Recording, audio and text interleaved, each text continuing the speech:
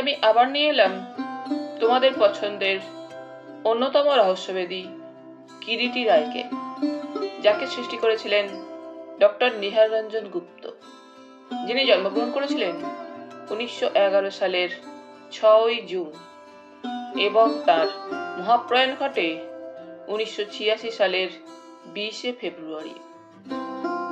আজ আমি গল্পটি সংগ্রহ করেছি কিরিটি অমনিবাস দ্বাদশ খণ্ড থেকে, যে বইটি প্রকাশনার দায়িত্বে ছিলেন অমর সাহিত্য প্রকাশন। এদের সকলের প্রতি আন্তরিকভাবে কৃতজ্ঞতা নিবেদন করে শুরু করছি আজকের গল্প, রক্তলোভী নিশাচর। আজ থাকলো প্রথম পর্ব।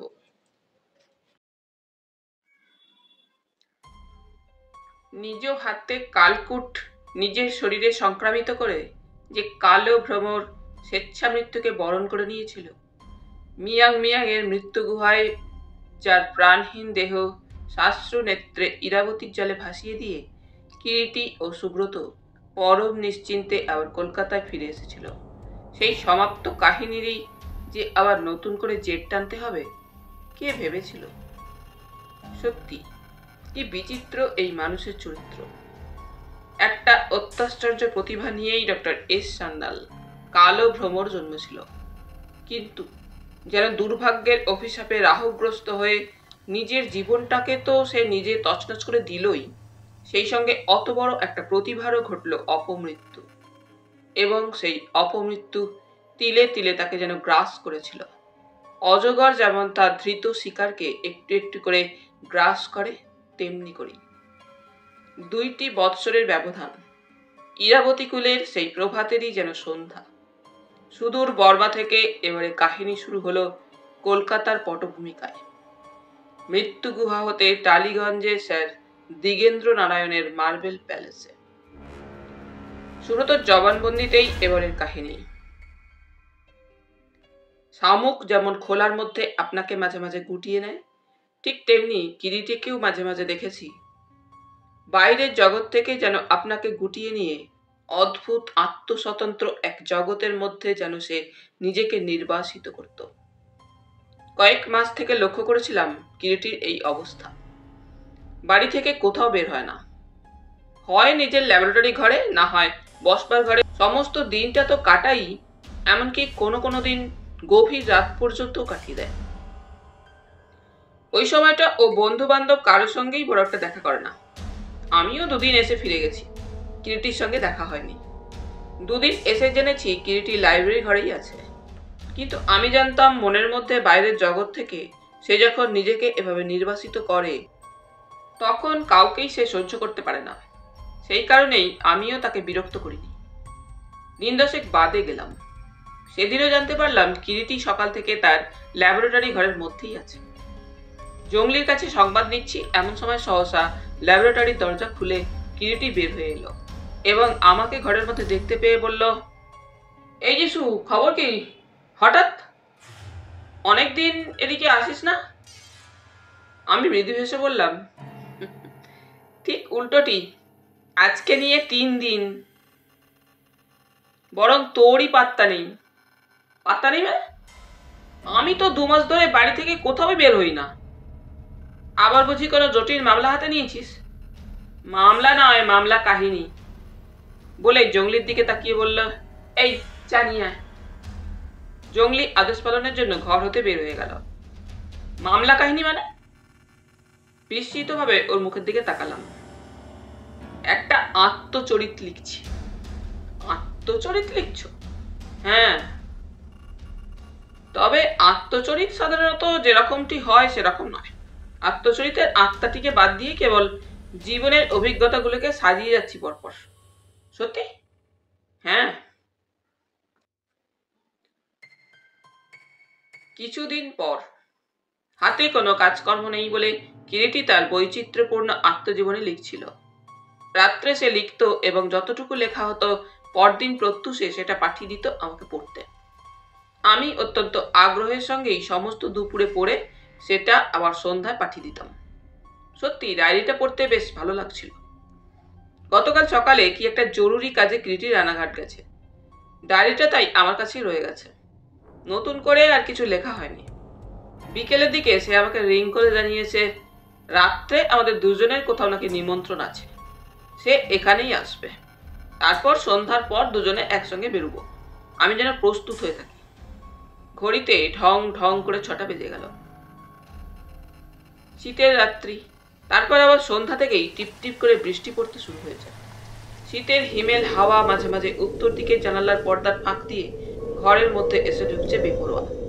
ঠান্ডা গায়ে যেন ছুঁচ ফোটাচ্ছে। সোফার ওপরে গা এলিয়ে দিয়ে কিরিটির আত্মজীবনীটা আবার খুলে বসলাম। গতকাল ডায়েরির একটা জায়গা পড়তে পড়তে সত্যি অদ্ভুত লেগেছিল। সেই জায়গাটাই আবার পড়া শুরু করলাম। এ জীবনে অনেক কিছুই বিচিত্র ও অদ্ভুত দেখলাম, কিন্তু নিশাচরদের মতো ভয়ঙ্কর বোধহয় আর কিছুই নেই। আধুনিক সভ্য সমাজে নিশাচরের অভাব নেই। সাক্ষাৎ শয়তানের যেন প্রতীক এরা। দিনের আলোয় এদের দেখলে চিনতে পারবে না কেউ। অতি শান্ত, শিষ্ট, ভদ্র, বিনয়ী, শিক্ষিত ও মার্জিত রুচি সম্পন্ন। কিন্তু যত রাতের অন্ধকার একটু একটু করে পৃথিবীর বুকে ঘনিয়ে আসে, চারিদিক হয়ে আসে নিঝুম, ক্ষুধিত হায়নার মতোই ওই তথাকথিত নিশাচরেরা, তখন যেন হয়ে ওঠে রক্তলোলুপ ও হিংস্র ভয়ঙ্কর। তখন এদের দেখলে আটকে উঠবে নিশ্চয়ই। তাই বলছিলাম, যদি কোনো গভীর রাত্রে কখনো এই শহরেও ঘরের বন্ধ দরজায় করাঘাত শোনো, দরজা খুলো না, সাবধান, কে বলতে পারে। এই পর্যন্ত লিখেই হয়তো সে রাতের মতো শেষ করেছে, কেননা এরপর আর কিছু লেখা নেই। গায়ের মধ্যে যেন কেমন শিরশির করে ওঠে। গায়ের লোমকূপগুলো খাড়া হয়ে ওঠে কি একটা দুর্গেয় ভয়ে। একটা অশরীরী ছায়ার মতো অদ্ভুত আশঙ্কা যেন মনের মধ্যে মাকড়সার বাঁকানো বাঁকানো রোমস সরু সরু কুৎসিত ঠ্যাং ফেলে ফেলে এগিয়ে আসে। বাইরের দরজায় কড়া নাড়ার শব্দ শোনা গেল। উঠে দরজাটা খুলে দিতে কিরিটি এসে ঘরে প্রবেশ করলো। সুব্রত, রেডি? হ্যাঁ, মৃদু স্বরে জবাব দিলাম। তারপর ওর মুখের দিকে তাকিয়ে বললাম, এক্ষুনি বের হবে তো? না, বাড়িতে ঢুকেই মাকে বলে এসেছি 1 কাপ গরম কফি পাঠিয়ে দিতে। বলতে বলতে কিরিটি একটা সোফার উপরে গা এলিয়ে দিল। ওহ, কি ঠান্ডা পড়েছে দেখছিস? 1 কাপ স্ট্রং এবং গরম কফি না হলে আর যেন জুত হচ্ছে না। অদূরে রক্ষিত টেবিল ল্যাম্পের আলোর খানিকটা কিরিটির মুখের উপর ছড়িয়ে পড়েছে। আজ কিরিটির পরিধানে সার্জের অ্যাশ কালারের স্যুট, গলায় সাদা সরু উঁচু কলার এবং বড় বড় রক্তলাল বুটি দেওয়া টাই, ব্যাক ব্রাশ করা চুল। সূক্ষ্ম মৃদু একটা অতি মিষ্ট ল্যাভেন্ডারের গন্ধ ঘরের বাতাসকে আমোদিত করে তুলেছে। কিরিটির চিরকালের অদ্ভুত শান্ত মুখখানা যেন আরো শান্ত ও গম্ভীর মনে হচ্ছিল। ওর মুখের দিকে তাকিয়ে বললাম, এ বেশে কেন বন্ধু? একেবারে বিলিতি। আজ আমরা কোথায় নিমন্ত্রণে চলেছি জানিস? কোথায়? প্রশ্ন করলাম। বিশালগড়ের কুমার দীপেন্দ্র নারায়ণের জন্মতিথি উৎসব আজ। কোন দীপেন্দ্র নারায়ণ? সকুত্তকে প্রশ্ন করলাম। স্যার দিগেন্দ্র নারায়ণকে নিশ্চয়ই ভুলিসনি, যার মাথা খারাপ হয়েছে বলে বছর 2 আগে রাঁচির পাগলাগারদে রাখা হয়েছিল। কোন স্যার দিগেন্দ্র? বিখ্যাত সেই সায়েন্টিস্ট না? আমি প্রশ্ন করলাম। হ্যাঁ, স্যার দিগেন্দ্র আর গণেন্দ্র নারায়ণ ছিলেন 2 ভাই। গণেন্দ্র নারায়ণ বড় আর দিগেন্দ্র ছোট। দিগেন্দ্র অবিবাহিত, আজন্ম ব্রহ্মচারী। গণেন্দ্রর একটি মাত্র ছেলে ওই দীপেন্দ্র। দীপেন্দ্রর যখন বছর 16 বয়স, তখন হঠাৎ তার ভয়ানক অসুখ হয়। স্যার দিগেন্দ্র শহরের সমস্ত বড় বড় ডাক্তারকে ডাকলেন। অনেক চেষ্টা করা হলো, কিন্তু কিছুতেই কিছু হয় না। এমন সময় এক সন্ধ্যায় ডাক্তারেরা শেষ জবাব দিয়ে গেলেন। বলতে বলতে কিরিটি থামল। বাইরে তখন সমগ্র আকাশ আসন্ন ঝড়ের ইশারায় ভয়ঙ্কর হয়ে উঠেছে। তারপর রুদ্ধশ্বাসে কিরিটির কথা শুনছিলাম। তারপর সেই রাত্রেই দীপেন্দ্র নারায়ণ মারা গেলেন। সেই রাত্রে ঝড় জলের বিরাম ছিল না। সেই ঝড় জলের মধ্যেই দাহকারীরা শবদেহ নিয়ে শ্মশানের দিকে রওনা হয়ে গেল। ভৃত্য এসে কাচের একটা প্লেটের ওপর ছোট্ট একটা কাচের জাগে ভর্তি ধুমায়িত কফি দিয়ে গেল। কিরিটি জাগটা তুলে নিল, গরম কফিতে মৃদু চুমুক দিতে লাগলো।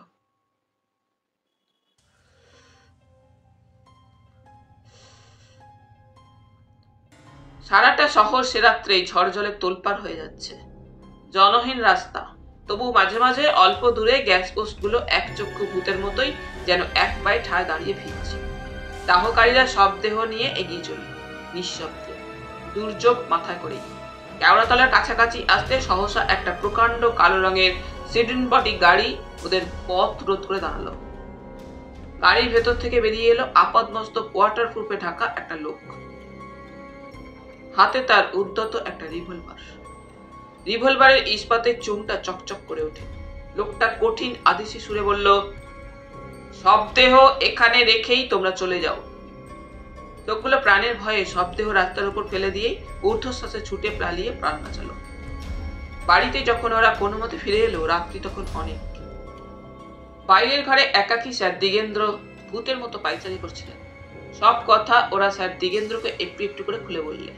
স্যার দিগেন্দ্র ওদের মুখে সমস্ত কথা শুনে স্তম্ভিত হয়ে গেলেন। পুলিশে সংবাদ দেওয়া হলো, কিন্তু শবদেহের কোনো কিনারাই আর হয় না। শবদেহের অদৃশ্য হওয়ার ব্যাপারটা আগাগোড়া একটা মিস্ট্রি হয়েই থেকে গেল। কিরিটি নিঃশেষিত কফির কাপটা টিপয়ের উপর নিঃশব্দে নামিয়ে রেখে হাত ঘড়িটার দিকে তাকিয়ে বলল, ওঠ সু, সময় হয়েছে। বাকিটা গাড়িতে বসে বসে শেষ করব। পাশের ঘরের দেওয়ালে টাঙানো ঘড়িটায় ঢং ঢং করে রাত্রি 8টা ঘোষণা করিল। বাড়ির দরজাতেই রাস্তায় কিরিটি সদ্যকৃত কালো রঙের সিডন বডি প্লাইমাউথ গাড়িখানা শীতের অন্ধকারে বাদলা রাত্রির সঙ্গে মিশে গিয়ে যেন এক প্রকার নিশ্চিহ্ন হয়ে দাঁড়িয়েছিল। শিখ ড্রাইভার হীরা সিং আমাদের দরজার এক পাশে নিঃশব্দে অন্ধকারের দিকে তাকিয়ে চুপটি করে দাঁড়িয়েছিল।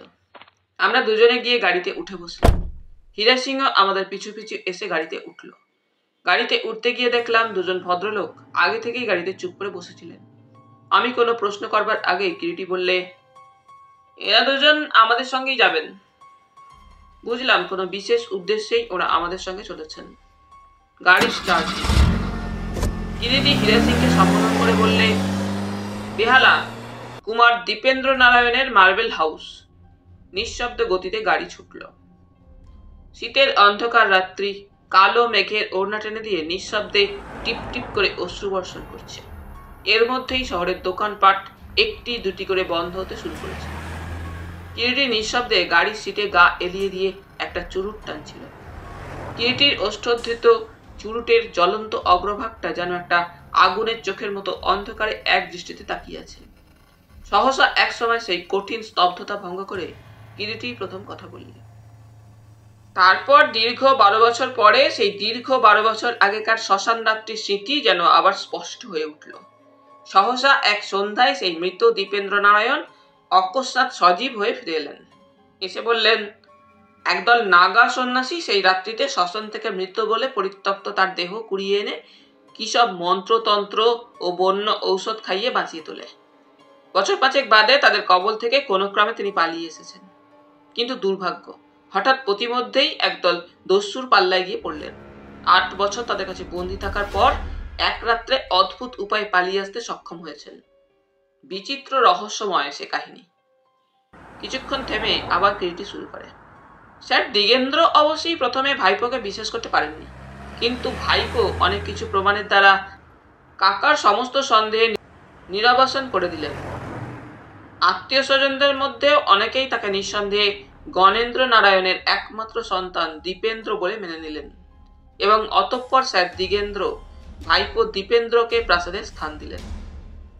এরপর কিছুদিন নির্বিঘ্নে কেটে গেল। তারপর হঠাৎ একদিন শোনা গেল স্যার দিগেন্দ্রের নাকি কেমন মাথায় গোলমাল দেখা দিয়েছে। দিনের বেলায় লোকটি ধীর স্থির, অত্যন্ত ভদ্র ও অমায়িক, কিন্তু রাত্রি হওয়ার সঙ্গে সঙ্গেই যেন তার মাথায় খুন চাপে। ধারালো ছুরি বা খুর দিয়ে সামনে যাকে দেখেন তাকেই খুন করতে যান। ডাক্তার এলো, বললে রোগটা ভালো না, অত্যধিক চিন্তার ফলে নাকি এরকমটি হয়েছে। বিশেষজ্ঞরা পরামর্শ দিলেন রোগীকে এখন সর্বদা চোখে চোখে রাখতে হবে। এমনি করেই কিছুদিন চলল। সহসা এক রাত্রে স্যার দীপেন্দ্র নারায়ণকেই ধারালো একটা খুর দিয়ে কাটতে উদ্যত হলেন। হ্যাঁ, আমিও খবরের কাগজে এই ব্যাপারটা পড়েছি। বললাম, খুব বাঁচা বেঁচে গিয়েছিলেন সেদিন কুমার সাহেব, এবং তারপরেই স্যার দিগেন্দ্রকে রাঁচির পাগলাগারদে ভর্তি করে দেওয়া হয় না? কিরিটি মৃদু কণ্ঠে বলল, হ্যাঁ, এখনো বোধ হয় পাগলাগারদেই আছেন বেচারি। অত বড় একটা প্রতিভা সম্পন্ন লোক, না মোটেই না। তোমরা জানো লাখপতি স্যার দিগেন্দ্র নারায়ণকে রাঁচির পাগলাগারদে একটা প্রাইভেট সেলে বছর 3 আগে যেমন রাখা হয়েছিল এখনো বুঝি তেমনই আছেন। তবে বিস্মিত দৃষ্টিতে কিরিটির মুখের দিকে তাকালাম। বছর 2 হলো সহসা এক রাত্রে স্যার দিগেন্দ্র সবার অলক্ষ্যে পাগলাগারদ থেকে পালিয়ে যান। বলো কি তারপর? তারপর তারপর আর কি, পুলিশ ও আইবি ডিপার্টমেন্টের লোকেরা অনেক খোঁজাখুঁজি করেও তার টিকিটির দর্শন আজ পর্যন্ত পাননি। তারপর একটু থেমে কিরিটি বললে, কিন্তু মাত্র সপ্তাহখানেক হলো একটা মজার সংবাদ পাওয়া গেছে। সংবাদটা অবশ্যই অত্যন্ত গোপনীয়। আইবি ডিপার্টমেন্টের এক কনফিডেন্সিয়াল ফাইলেই মাত্র টোকা আছে। আমি রুদ্ধ নিঃশ্বাসে প্রশ্ন করলাম, কি? মাস 2 আগে খবরের কাগজে বিখ্যাত ডক্টর রুদ্রের অদ্ভুতভাবে নিহত হওয়ার কথা পড়েছিলি, মনে আছে এসো? মৃদু স্বরে বললাম, মনে আছে বই কি। কিরিটি প্রায় নিভন্ত চুরুটটা গাড়ির জানালা গলিয়ে ফেলে দিল। তারপর বলতে লাগলো, সমগ্র ভারতবর্ষে ডক্টর রুদ্রের মতো প্লাস্টিক সার্জারিতে অদ্ভুত পারদর্শিতা আর কারো ছিল না। তিনি দেহ ও মুখের ওপর অস্ত্র দিয়ে সামান্য কিছু কাটাকুটি করে দেহ ও মুখের চেহারা এমনভাবে পরিবর্তন করে দিতে পারতেন যে তাকে পরে আর আগেকার সেই লোক বলে চিনবারও কোনো উপায় পর্যন্ত থাকতো না। কিন্তু ডক্টর রুদ্র যেমন একদিকে ছিলেন অদ্ভুত প্রতিভা সম্পন্ন, অন্যদিকে ছিলেন তেমনি একটু বেশ আতপাগলাটে ধরনের ও খামখেয়ালি প্রকৃতির। লোকটার একটা প্রচন্ড নেশা ছিল। প্রত্যেক রবিবার রাঁচির পাগলাগারদে গিয়ে বেছে বেছে যারা ক্রিমিনাল পাগল তাদের সঙ্গে নানা রকম কথাবার্তা বলে বহু সময় কাটিয়ে আসা। ডক্টর রুদ্র আগে যখন কলকাতায় প্র্যাকটিস করতেন, শোনা যায় তখনও নাকি তিনি বছরের মধ্যে প্রায় 4-5 বার রাঁচি ও বহরমপুরের পাগলাগারদে ছুটে যেতেন। শেষটায় বছর 2 হলো কলকাতায় প্র্যাকটিস তুলে দিয়ে রাঁচিতে গিয়েই সুন্দর চমৎকার একটা বাড়ি তৈরি করে নানকুমে স্থায়ীভাবে বসবাস ও প্র্যাকটিস শুরু করেন। ডাক্তার রুদ্র ছিলেন আজন্ম ব্রহ্মচারী। মাস 2 আগে অকস্মাৎ একদিন অতি প্রত্যুষে ডক্টর রুদ্রের দেহহীন মস্তকটি তাঁরই ল্যাবরেটরি ঘরের কাচের টেবিলের ওপর রক্ষিত একটা কাচের জারের মধ্যে দেখতে পাওয়া যায়। পুলিশ অনেক খোঁজাখুঁজি করেও তার দেহটি খুঁজে পায়নি। কাটা মাথাটা দেখে স্পষ্টই মনে হয় কোনো ধারালো অস্ত্র দিয়ে নিখুঁতভাবে দেহ থেকে মাথাটা পৃথক করে নেওয়া হয়েছিল। কিরিটি আবার একটা সিগারেট অগ্নিসংযোগ করল। গাড়ি তখন কালীঘাট ব্রিজ ক্রস করে ছুটে চলেছে বেলভেডিয়ার রোড ধরে। শীতের জলসিক্ত হিমেল হাওয়া চলন্ত গাড়ির মুক্ত জানালা পথে প্রবেশ করে নাকে মুখে আমাদের যেন ছুঁচ ফোটাচ্ছে। জ্বলন্ত সিগারের লাল আগুনের আভায় ঈষৎ রক্তাভকে কিরিটির গম্ভীর মুখের দিকে তাকিয়ে আমি চুপটি করে বসে রইলাম। কিরিটি আবার বলতে লাগলো, পুলিশের ধারণা স্যার দিগেন্দ্রই নাকি হতভাগ্য ডক্টর রুদ্রের হত্যার ব্যাপারে অদৃশ্যভাবে লিপ্ত। কেন? আমি প্রশ্ন করলাম। কেন তা ঠিক বলতে পারবো না, কিরিটি বলতে লাগলো। পুলিশের লোকেরা ডক্টর রুদ্রের অ্যাসিস্ট্যান্ট ডক্টর মিত্রের কাছে কতগুলো কথা জানতে পারে। অ্যাসিস্ট্যান্ট ডক্টর মিত্র বলেন একটি পেশেন্ট নাকি ডাক্তারের নিহত হবার দিন 10 আগে তার কাছে চিকিৎসার জন্য আসে এবং ডাক্তার নিজেই একা একা পেশেন্টকে ক্লোরোফর্ম করে তার মুখে অপারেশন করেন। পেশেন্টেরই ইচ্ছাক্রমে ডক্টর মিত্রের কোনো সাহায্য না নিয়ে। অ্যাসিস্ট্যান্ট ডক্টর মিত্র অবশ্যই জীবনে কখনো স্যার দিগেন্দ্রকে দেখেননি বা চিনতেনও না, এবং লোকটি যে ঠিক কেমন দেখতে তাও তিনি বলতে পারেননি। ডক্টর মিত্রের জবানবন্দি থেকে জানা যায় যে পেশেন্ট ডাক্তারের সঙ্গে অন্ধকার ঘরে বসে নাকি কথাবার্তা বলত। তবে অপারেশনের পর রাত্রে একবার অ্যাসিস্ট্যান্টটি পেশেন্টকে পথ্য ও ওষুধ খাওয়াতে কয়েকবার গিয়েছিল তার সামনে, কিন্তু তখন পেশেন্টের সমস্ত মুখে ব্যান্ডেজ বাঁধা, চিনবার উপায় ছিল না। অপারেশনের দিন 2 বাদে এক গভীর রাত্রে পেশেন্ট ডাক্তারের কাছ থেকে বিদায় নিয়ে চলে যায়। আগেই বলেছি শহরের এক ধারে ছিল ডক্টর রুদ্রের বাড়ি। তারপর আমি প্রশ্ন করলাম। তারপর সেই রাত্রে একজন লোককে নাকি কালো একটা ওভারকোট গায়ে, মাথায় কালো একটা টুপি, চোখের পাতা পর্যন্ত নামানো, ডাক্তারের বাড়ি থেকে বের হয়ে আসতে একজন প্রহরীরত পুলিশ দেখেছিল। প্রহরীরত পুলিশটা তখন নাকি সেই রাস্তা দিয়েই ফিরছিল। পুলিশ যাকে সেই রাত্রে ডক্টর রুদ্রের বাড়ির সামনের রাস্তা দিয়ে যেতে দেখেছিল, সেই লোকটি পুলিশের দিকে একটিবারও না তাকিয়ে তার পাশ দিয়েই রাস্তা ধরে নাকি চলে যায় খোশ মেজাজে একটা গানের সুর সৃষ্টিতে দিতে। পুলিশ তাকে সন্দেহ করেনি, কারণ তাকে সে কোনো একজন সাধারণ পথচারী ভেবেছিল। আগেই বলেছি, পরদিন ভোরবেলা ডাক্তারের মুন্ডুটা তাঁরই ল্যাবরেটরি ঘরে টেবিলের ওপর রক্ষিত একটা কাচের জারের মধ্যে পাওয়া যায়। সে যাই হোক, এই এতগুলো ঘটনাকে যদি এক সূত্রে গাঁথা যায়, তবে একটা কথা বিশেষভাবে মনের মধ্যে সত্যই উদিত হয়। কি? আমি প্রশ্ন করলাম।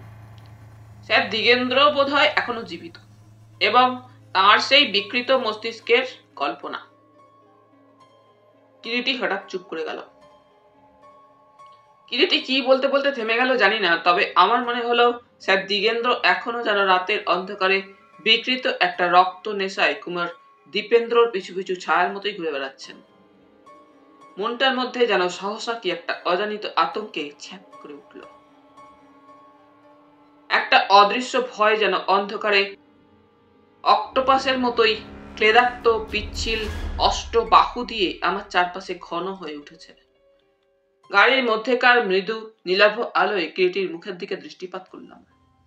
কিরিটির দুটি চক্ষু বোঝা, কি এক গভীর চিন্তায় যেন সে তলিয়ে গেছে। বাকি দুজন ভদ্রলোক, যারা ঠিক আমার পরেই সেই একই সিটে পাশাপাশি বসে, অন্ধকারে তাদের মুখগুলো যেন পাথরের মতোই কঠিন, ভাবহীন। আমি চোখটা ফিরিয়ে নিলাম। গাড়িটা একটা মৃদু ঝাঁকুনি দিয়ে থেমে গেল। একটা মৃদু গোলমাল অস্পষ্ট গুঞ্জনের মতো আমাদের কানে এসে বাজল। আমরা এসে গেছি সুব্রত, চল নামা যাক। আমরা দুজনে গাড়ি থেকে নামলাম প্রথমে, এবং আমাদের সঙ্গে সঙ্গে বাকি দুজন ভদ্রলোকও গাড়ি থেকে নামলেন। কুমার দীপেন্দ্রর প্রাসাদতুল্য মার্বেল প্যালেসে আজ নানা বর্ণের আলোকমালায় ফুল ও পাতাবাহারে সুশোভিত। সবুজ, নীল, লাল, নানা বর্ণবৈচিত্র্য, আলোর নয়নাভিরম দৃশ্য। বহু সুবেশ ও সুবেশা নরনারীর কলকাকলিতে সমগ্র প্রাসাদটি মুখরিত। দরজার গোড়ায় একজন ভদ্রলোক অভ্যাগতদের অভ্যর্থনার জন্য দাঁড়িয়েছিলেন। আমাদের কক্ষে প্রবেশ করতে দেখে সাদর অভ্যর্থনা জানালেন, বললেন, আসুন আসুন। কিরিটি তার পরিচয় দিতেই সেই ভদ্রলোক বললেন, ও আপনি মিস্টার কিরিটি রায়? কুমার সাহেব ওপরে আছেন, সোজা ওপরে চলে যান। সামনে একটা সুপ্রশস্ত মার্বেল পাথরে বাঁধানো টানা বারান্দা গোছের। ডান দিকে প্রকাণ্ড একখানি হলঘর। সেখানে টেবিল চেয়ার পেতে আধুনিক কেতায় অতিথি অভ্যাগতদের খাবার বন্দোবস্ত করা হয়েছে। সেই হলঘরের বাঁদিকে একটি ছোট ঘর, কয়েকখানি সোফা পাতা, 7-8 জন ভদ্রলোক কোষ গল্পে মগ্ন। ঘরে ঘরে অত্যুজ্জ্বল বৈদ্যুতিক আলো। বারান্দার এক পাশ দিয়ে দোতলায় উঠবার সিঁড়ি, সেটাও মার্বেল পাথরে তৈরি। ভদ্রলোকের নির্দেশ মতো আমরা সিঁড়ি দিয়ে দ্বিতলের দিকে অগ্রসর হলাম। দ্বিতলে উঠে কিরিটি সঙ্গের সেই দুজন ভদ্রলোককে যেন নিম্নকণ্ঠে কি বললে, তারা সঙ্গে সঙ্গে নিচে চলে গেল। আমরা অতঃপর দোতলায় উঠেই সামনে যে প্রকাণ্ড হলঘর, সেই হলঘরের মধ্যে গিয়ে প্রবেশ করলাম। প্রচুর সাজসজ্জায় ও আলোকমালায় যেন ইন্দ্রপুরীর মতোই মনে হচ্ছিল ঘরটাকে। ঘরের মেঝেতে দামি পুরু লাল রঙের কাশ্মীরি কার্পেট বিছানো। হলঘরের সংলগ্ন একটা নাতি প্রশস্ত ঘর দেখা যায়। হলঘরের সঙ্গে যোগাযোগ করে পরপর পাশাপাশি দুটি দরজায় দামি সবুজ রঙের পর্দা ঝুলছে, এবং পর্দা ভেদ করে সেই ঘর থেকে আনন্দ কলরব কানে ভেসে আসে মাঝে মাঝে। হলঘরের মধ্যে ছোট ছোট সব গোলাকার টেবিল পেতে তার চারপাশে চেয়ার রাখা হয়েছে। ভদ্রলোকেরা সেই চেয়ারে বসে চা ও শরবত সহযোগে খোশ গল্পে মত্ত। একজন ভদ্রলোককে দেখে কুমার সাহেবের খোঁজ নিতেই, কুমার সাহেব ওই সামনের ঘরেই আছেন বলে ভদ্রলোকটি 2 দরজাওয়ালা ঘরটি আমাদের দেখিয়ে দিলেন। আমরা এগিয়ে গেলাম। ঘরের ঠিক নিচ দিয়েই ট্রাম রাস্তা চলে গেছে। টাউন রাস্তার দিকে মুখ করে ঘরে প্রায় 5-6টি জানালা, প্রত্যেকটিতে দামি নেটের বাহারে পর্দা টাঙানো। ঘরের বাঁদিকে কতগুলো দেওয়াল আলমারির মতো আছে, তাতেও পর্দা ঝুলানো, বোধহয় সেগুলিতে জিনিসপত্র রাখা হয়। ঘরের ডান দিকের দেওয়ালটা ঘরের ছাদ থেকে ডিমের মতো ঢালু হয়ে যেন মেঝেতে নেমে এসেছে। মাঝখানে একটা দরজা। ঘরের মধ্যে সোফা ও চেয়ারে বসে কয়েকটি ভদ্রলোক গল্প করছেন। কুমার সাহেব সেখানে নেই। মাঝে মাঝে উচ্চ হাসির রোল উঠছে। ঘরের দেওয়ালে দেওয়ালে দামি ফ্রেমে সব সুদৃশ্য ছবি ঝুলছে। ঘরের মাঝখানে একটা টেবিলের চারপাশে বসে 4জন ভদ্রলোক তাস খেলছেন। ঘরে ঢুকে যেটাকে গা আলমারি মনে হয়েছিল, হঠাৎ সেই দিকের পর্দায় আড়াল থেকে একটা হাসির শব্দ শোনা গেল। কিরিটি আর আমি দুজনেই চমকে সেদিকে ফিরে তাকালাম। ওই যে কুমার সাহেবের গলা। চল, পর্দার ওধারে বসে আছেন বোধহয়। কিরিটি আমার হাত ধরে মৃদু আকর্ষণ করল। দুজনে পর্দার দিকে এগিয়ে গেলাম। কিরিটির অনুমানে ঠিক। গা আলমারি না হলেও অনেকটা গা আলমারির মতো খানিকটা জায়গা। সেখানে অর্ধচন্দ্রাকৃতি একটি ভেলভেট মোড়া দামি সোফা পাতা এবং তার সামনে ওই আকারেরই একটি ছোট্ট টেবিল। টেবিলের ওপরে নীল রঙের ঘেরাটোপে ঢাকা একটি ক্ষুদ্র টেবিল ল্যাম্প জ্বলছে। টেবিল ল্যাম্পের মৃদু নীলাভ আলো সামনে ঝুলন্ত নীল রঙের পর্দার সঙ্গে যেন মিশে একাকার হয়ে গেছে। তাই ওদিক থেকে তেমন বিশেষ কিছু বোঝা যায়নি। সোফার ওপর সাহেবী বেশ পরিহিত, চোখে কালো কাচের চশমা একজন ভদ্রলোক ও অন্য একজন প্রৌঢ় ভদ্রলোক বসে মৃদু স্বরে গল্প করছিলেন। আমাদের দেখে সাহেবী বেশ পরিহিত ভদ্রলোকটি উঠে দাঁড়ালেন এবং সসম্ভ্রমে বললেন, হ্যালো মিস্টার রায়, গুড ইভিনিং। ইনি বোধহয় মিস্টার সুব্রত রায়? আমার দিকে তাকিয়ে প্রশ্ন করলেন। কিরিটি নমস্কার করে বলল, নমস্কার, হ্যাঁ কুমার সাহেব, ইনি সুবিখ্যাত মিলিয়নিয়ার সুব্রত রায়, আমার বিশিষ্ট বন্ধু ও সহকারী। কিরিটির কথাই বুঝলাম বক্তাই কুমার সাহেব। কুমার সাহেবের দিকে ভালো করে চেয়ে দেখলাম। নাতি দীর্ঘ সবল দেহাবয়ব, মাথায় লম্বা কাঁচা পাকা চুল, মাঝখানে সিঁথি কাটা, পরিধানে দামি সার্জের স্যুট, চোখে একজোড়া রঙিন কাচের চশমা। তাছাড়া মুখের ভাব অত্যন্ত শান্তশিষ্ট প্রকৃতির। এই সময় দ্বিতীয় প্রৌঢ় ভদ্রলোকটি বিদায় নিয়ে চলে গেলেন। আমরা তিনজনে সোফার উপর কুমার সাহেবের নির্দেশক্রমে উপবেশন করলাম। ইনি আমাদের কুমার সাহেব দীপেন্দ্র নারায়ণ, কিরিটি বললে আমার দিকে এবারে তাকিয়ে। একজন বেয়ারা ট্রেতে করে কাপ ভর্তি ধুমায়িত চা ও প্লেটে করে কিছু প্লাম কেক দিয়ে গেল। ট্রের উপর হাতে একটা ধুমায়িত চায়ের কাপ তুলে নিয়ে কাপে মৃদু চুমুক দিতে দিতে কিরিটি বলল, জানিস, ভারী বৈচিত্র্যপূর্ণ এর জীবন কথা সুব্রত। এমন সময় দামি স্যুট পরা একজন বৃদ্ধ গোছের ভদ্রলোক পর্দা তুলে এসে সেখানে প্রবেশ করলেন। হ্যালো মিস্টার চট্টরাজ, কলকাতায় কবে ফিরলেন? কিরিটি সোল্লাসে বলে উঠল, এই তো কদিন হলো। তারপর রায়, তোমার সংবাদ কি বলো? ডক্টর চট্টরাজ কিরিটির দিকে চেয়ে প্রশ্ন করলেন এবং সহাস্য মুখে বললেন, দাও হে রহস্যবেদী, একটা বর্মা সিগার দাও তোমার, অনেকদিন খাই না, খেয়ে দেখি। কিরিটি মৃদু হেসে তার পকেট থেকে সুদৃশ্য হাতির দাঁতের সিগার কেসটা বার করে ডাক্তারকে একটা সিগার দিল। কুমার সাহেব বললেন, আপনারা ততক্ষণ আলাপ করুন, আমি ওদিকটা একটু দেখে আসি। তারপর ডাক্তার, আপনি এক সময় স্যার দিগেন্দ্র চিকিৎসা করেছিলেন না? কিরিটি প্রশ্ন করলে ডক্টর চট্টরাজের মুখের দিকে সব প্রশ্ন দৃষ্টিতে তাকিয়ে। হ্যাঁ, সে প্রায় বছর 3-3.5 আগেকার কথা, কিন্তু তাহলেও তার সম্পর্কে সবকিছুই আমার আজও বেশ স্পষ্ট মনে আছে। একটা কথা আপনাকে জিজ্ঞাসা করবো মিস্টার চট্টরাজ। বলুন। আচ্ছা স্যার, দিগেন্দ্রর কি সত্যি সত্যি মাথার কোনো গোলমাল হয়েছিল বলে আপনার মনে হয়? ডক্টর চট্টরাজ যেন অল্পক্ষণ কি একটু ভাবলেন, তারপর মৃদু স্বরে বললেন, আমার যতদূর মনে হয় ভদ্রলোকের হাইপারস্থিসিয়া ছিল। তার মধ্যে প্রায়ই একটা খুনোখুনি করবার যে টেন্ডেন্সি জেগে উঠেছিল, তাতে ও ধরনের ব্যাপারকে লাস্ট মার্ডার বলা যায়।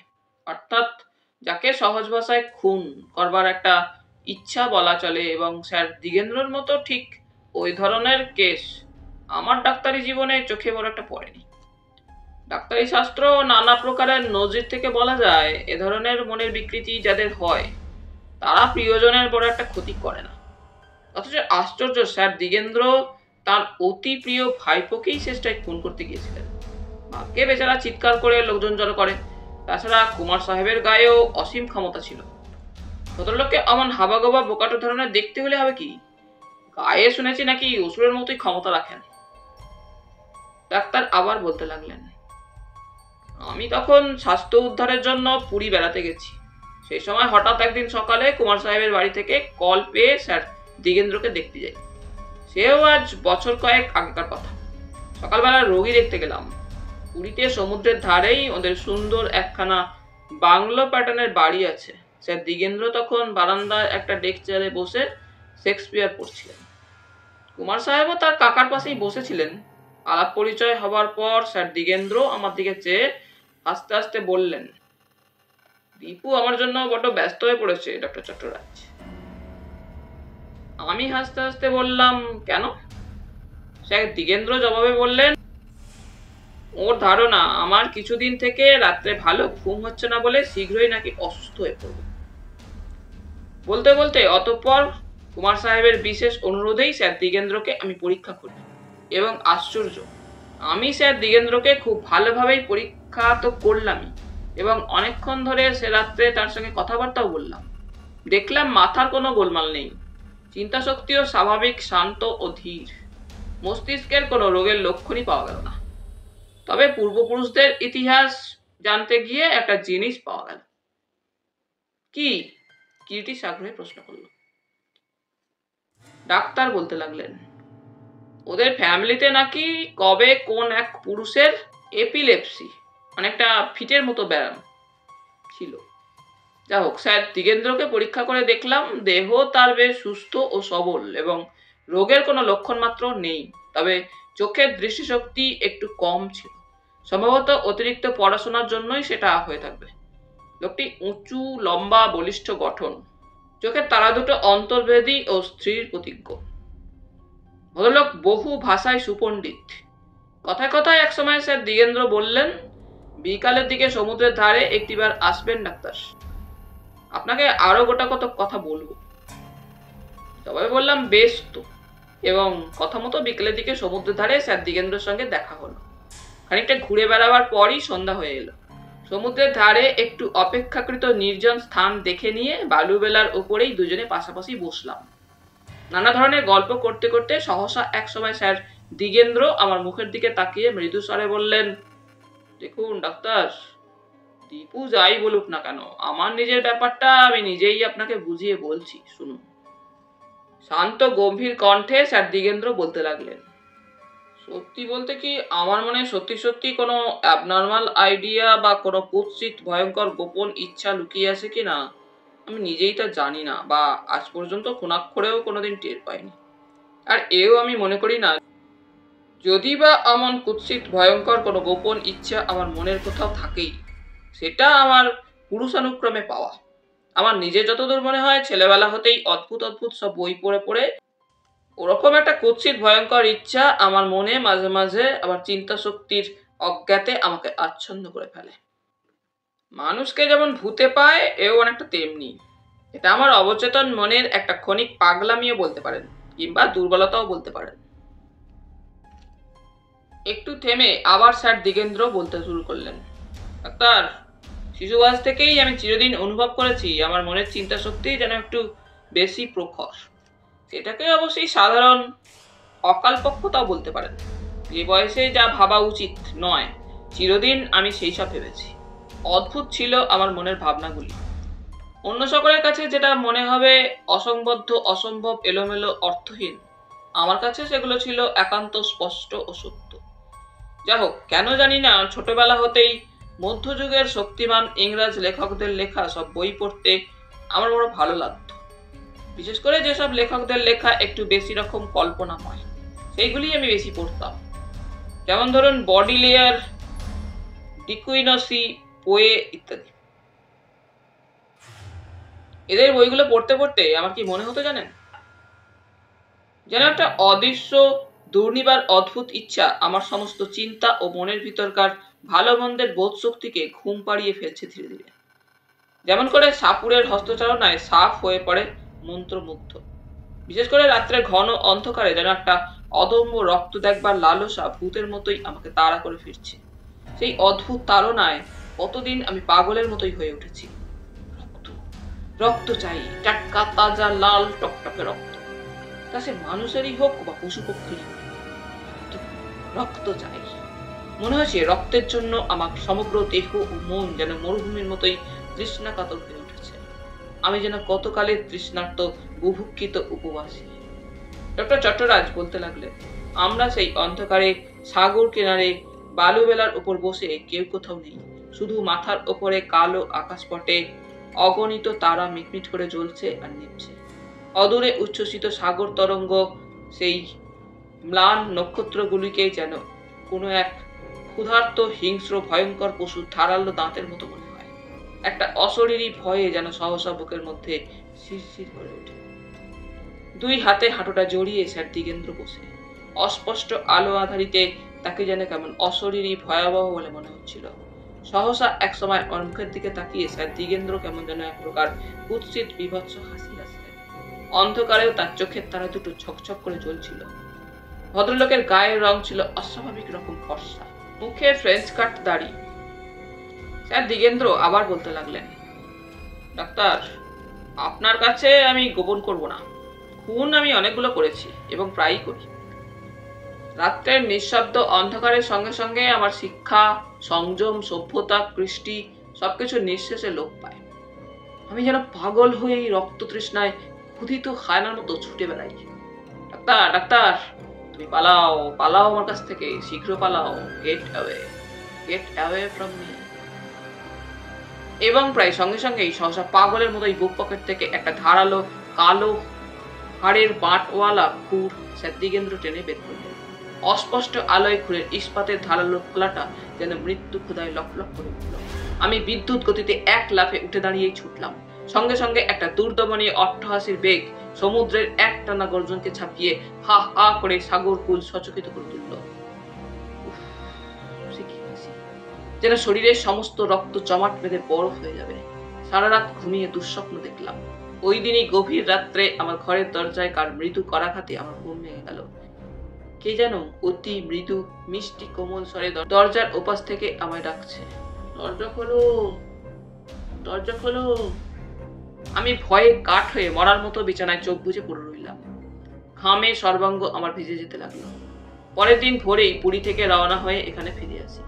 এরই 2-3 দিন বাদে শুনলাম স্যার দিগেন্দ্র ধারালো খুর দিয়ে নাকি নিজের ভাইপোকেই কাটতে উদ্যত হয়েছিলেন। ডক্টর চট্টরাজ চুপ করলেন। বড্ড গরম বোধ হচ্ছিল, তাই সামনের পর্দাটা তুলে দিলাম। হঠাৎ আমার নজরে পড়ল কুমার দীপেন্দ্র আমাদের দিকেই ধীর পায়ে এগিয়ে আসছে। চোখের দৃষ্টি ভাবলেশীন, যেন অনেকটা ঘুম ক্লান্ত তন্দ্রাতুর। মাথাটা নিচু করে তিনি এগিয়ে আসছেন। আমাদের কাছে এসে দাঁড়ালেন। ঘরের আলো তার মুখের উপরে প্রতিফলিত হয়েছে। সমগ্র মুখখানি রক্তশূন্য ফ্যাকাশে। মনে হয় যেন অত্যন্ত ভীত হয়ে পড়েছেন কোনো কারণে।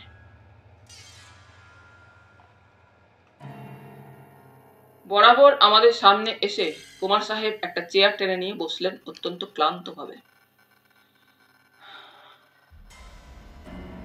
আমি, কিরিটি ও ডক্টর চট্টরাজ ওর মুখের দিকে নিঃশব্দে এক দৃষ্টে চেয়ে রইলাম। হঠাৎ এক সময় কঠিন স্তব্ধতা ভঙ্গ করে কুমার সাহেব চাপা উৎকণ্ঠিত স্বরে বললেন, মিস্টার রায়, আপনাকে গতকাল ফোনে যা বলেছিলাম সেই রকম ব্যবস্থা করেছেন তো? কিরিটি ম্লান একটু হেসে বললে, নিশ্চয়ই, কিন্তু আপনাকে বড় উদ্বিগ্ন দেখাচ্ছে কুমার সাহেব। আপনি কি অসুস্থ? বলতে বলতে কিরিটি হাতির দাঁতে সিগার কেসটা পকেট থেকে বের করে নিজে একটা তুলে নিয়ে কুমার সাহেবের দিকে খোলা কেসটা এগিয়ে দিল। Cigar please. নো থ্যাঙ্কস বলে কুমার সাহেব নিজের জামার পকেট থেকে বহুমূল্য সুদৃশ্য সোনার ওপরে ডায়মন্ডের নাম লেখা সিগারেট কেসটি বের করে তার থেকে একটি দামি সিগারেট তুলে ধরালেন। টেবিল ল্যাম্পের মৃদু নীলাভ আলো কুমার সাহেবের মুখের উপর ছড়িয়ে পড়েছে। ডান হাতে সিগারেটটি ধরে বাঁ হাত দিয়ে কুমার সাহেব মাঝে মাঝে কপালে বুলাতে লাগলেন। সহসা কিরিটি প্রথম প্রশ্ন করল, আপনার এই নবনিযুক্ত প্রাইভেট সেক্রেটারি মিস্টার শুভঙ্কর মিত্র এখানেই আছেন না? এ শুভঙ্কর? হ্যাঁ, মৃদু স্বরে কুমার সাহেব বলতে লাগলেন। বেচারি বড্ড নার্ভাস হয়ে পড়েছে। অবশ্যই আমি তাকে কোনো দোষ দিই না, এক্ষেত্রে ওরকম না হওয়াটাই আশ্চর্য। আপনারা হয়তো বিশ্বাস করতে চাইবেন না, আজ আবার স্বচক্ষে আমি এই বাড়িতেই কাকাবাবুকে স্পষ্ট দেখেছি। তিনখানা চিঠি তার কাছ থেকে আমি ডাকে পেয়েছি। আপনি তো সবই জানেন মিস্টার রায়। আমাকে তিনি প্রত্যেক চিঠিতেই বারংবার সাবধান করে দিয়েছেন, আমার রক্ত তিনি দেখবেনই, এ নাকি তার জীবনপণ। কিরিটি অস্ফুট কণ্ঠে বলে উঠল, ঠিক বোঝা গেল না, কাকে দেখেছেন? অস্ফুট স্বরে কুমার সাহেব বললেন, যেন মনে হলো দিগেন্দ্র নারায়ণ, স্যার দিগেন্দ্র নারায়ণকে। ওই যে আমার সেক্রেটারি মিস্টার মিত্র আমার প্রাইভেট রুমে ঢুকছেন। আমরা তিনজনেই একসঙ্গে চোখ তুলে সামনের দিকে তাকিয়ে দেখলাম। ডান দিককার দেওয়ালে যে ছোট দরজাটি ছিল সেটার কপাট দুটো আস্তে আস্তে বন্ধ হয়ে গেল, এবং যে ভদ্রলোক একটু আগে দরজা ঠেলে ঘরে ঢুকলো তার শরীরের পেছন দিকের কালো রঙের কোটের খানিকটা অংশ দেখতে পেলাম। দরজার কপাট দুটো বন্ধ হয়ে গেল। হাত ঘড়ির দিকে তাকিয়ে দেখলাম রাত্রি প্রায় 9:30। সহসা আবার কুমার সাহেবের কণ্ঠস্বরে নিস্তব্ধতা ভঙ্গ করল। মিস্টার রায়, আজ সন্ধ্যার দিকে সচক্ষে আমি কাকাকে দেখেছি। আমি বা ডক্টর চট্টরাজ কোনো কথা বললাম না। কিরিটি শুধু মৃদু কণ্ঠে প্রশ্ন করল, আপনি ঠিক জানেন কুমার সাহেব? দেখতে ফুরায়নি তো? আজ দুপুর থেকেই বাড়িতে আমার জন্মোৎসবের আয়োজন চলছিল। আমি আর আমার সেক্রেটারি মিস্টার মিত্র বৈষয়িক কাগজপত্র নিয়ে ব্যস্ত ছিলাম। দুপুরের পর থেকেই আকাশ মেঘাচ্ছন্ন থাকায় চারিদিক থমথম করছিল। মাঝে মাঝে কড়কড় করে মেঘ ডাকছে, বিদ্যুৎ চমকে উঠছে। কাজ সারতে বোধ করি সন্ধ্যা 7টা হবে তখন। আমন্ত্রিত ভদ্রলোকেরা সব একে একে এখানে আসতে শুরু করেছেন। মিস্টার মিত্রকে নিচে সকলের অভ্যর্থনার জন্য পাঠিয়ে দিয়ে আমি নিজে পোশাক বদলাবার জন্য সাজঘরে গিয়ে ঢুকেছি। বাইরে তখন ঘন অন্ধকার, মাঝে মাঝে মেঘ ডাকছে, বিদ্যুৎ চমকাচ্ছে। সাজঘরের ড্রেসিং টেবিলের উপরে একটা লাল ঘেরাটোপে ঢাকা টেবিল ল্যাম্প জ্বলছে। মিস্টার রায়, আমি যা বলছি তার এক বর্ণ মিথ্যা বা অতিরঞ্জিত নয়। পোশাক পরা হয়ে গেছে। আয়নার সামনে দাঁড়িয়ে গলার টাইটা ঠিক করছি, এমন সময় দাঁড়ে মৃদু করাঘাতের শব্দ শোনা গেল। কুমার সাহেব। দরজা খুলে দেখি সামনে দাঁড়িয়ে মিস্টার মিত্র আর মিস্টার কালিদাস শর্মা। মিস্টার শর্মা এখানকার এক কলেজের প্রফেসর। কিছুদিন হলো তার সঙ্গে আমার বেশ আলাপ হয়েছে। মিস্টার শর্মা মিস্টার মিত্রের ছোটবেলার বিশেষ বন্ধু। তাদের সঙ্গে কথা বলতে বলতে সহসা আমার মনে পড়লো বাথরুমে আমার মুখ ধোয়ার সময় হাতের অনামিকা থেকে হীরের আংটিটা খুলে সাবানের বাক্সের ধারে রেখেছিলাম। আসবার সময় নিয়ে আসতে ভুলে গেছি। কথা বলতে বলতে ইতিমধ্যে কুমার সাহেবের হাতের সিগারেটটা শেষ হয়ে গিয়েছিল। সেটা তিনি অ্যাস্ট্রেতে ফেলে দিলেন। পাশের হলঘর থেকে পিয়ানো সহযোগে সুমিষ্ট গানের লহরী ভেসে আসছিল। কুমার সাহেব আবার বলতে শুরু করলেন, কিন্তু আপনাকে আমি ঠিক বোঝাতে পারবো না মিস্টার রায়, সে দৃশ্য কি ভয়ানক। ভাবতে গেলে এখনো আমার সর্বাঙ্গে কাঁটা দিয়ে ওঠে। মাঝে মাঝে বিদ্যুতের আলো ঘরের কাচের জানালা দিয়ে হঠাৎ আলোর চমকানি লাগিয়ে যাচ্ছিল। মিস্টার মিত্র ও মিস্টার শর্মা দুজনে আমার সামনেই ঘরের মধ্যে দাঁড়িয়ে তাদের একটু অপেক্ষা করতে বলে আমি বাথরুমের দিকে অগ্রসর হলাম। বাথরুমের আলো নেভানো ছিল, অন্ধকার। দরজাটা যেমন আমি খুলেছি, সহসা অন্ধকারেই বাথরুমের বাইরের বিদ্যুতের আলোকে ক্ষণিকের জন্য উদ্ভাসিত হয়ে উঠল। কড়কড় করে মেঘের গর্জন শোনা গেল। হঠাৎ চমকে উঠলাম। বিদ্যুতের আলোয় ঘরের জানালার দিকে চোখ পড়তেই আমি স্পষ্ট দেখলাম কাকা। হ্যাঁ, আমার কাকা স্যার দিগেন্দ্র জানালার কাছ দিয়ে রক্তচক্ষুতে চেয়ে দাঁতে দাঁত ঘষছে। আমি সভয়ে অস্ফুট চিৎকার করে চোখ মুছলাম। কথা বলতে বলতে অধীর আগ্রহে কুমার সাহেব কিরিটির হাত দুটো সজোরে চেপে ধরলেন, যেন অত্যন্ত ভীত হয়ে পড়েছেন। চোখে মুখে একটা ব্যাকুল আতঙ্কের চিহ্ন পরিষ্কার হয়ে উঠেছে। কপালে এই শীতের রাতেও বিন্দু বিন্দু ঘাম জমেছে। ঘন ঘন নিঃশ্বাস প্রশ্বাস পড়ছে। জানালার ধারে কুমার সাহেব আবার বলতে লাগলেন, কাকা ছায়ার মতো দাঁড়িয়েছিলেন, মাথাটা একদিকে একটু হেলিয়ে, একটা হাত ঝুলছে। তখনকার তার সেই চোখের দৃষ্টিতে যেন একটা দানবীয় জিঘাংসা ফুটে বের হচ্ছিল। ডক্টর চট্টরাজ আমাদের মুখের দিকে তাকালেন। কুমার সাহেব নিঝুম হয়ে মাথা নিচু করে বসে আছেন।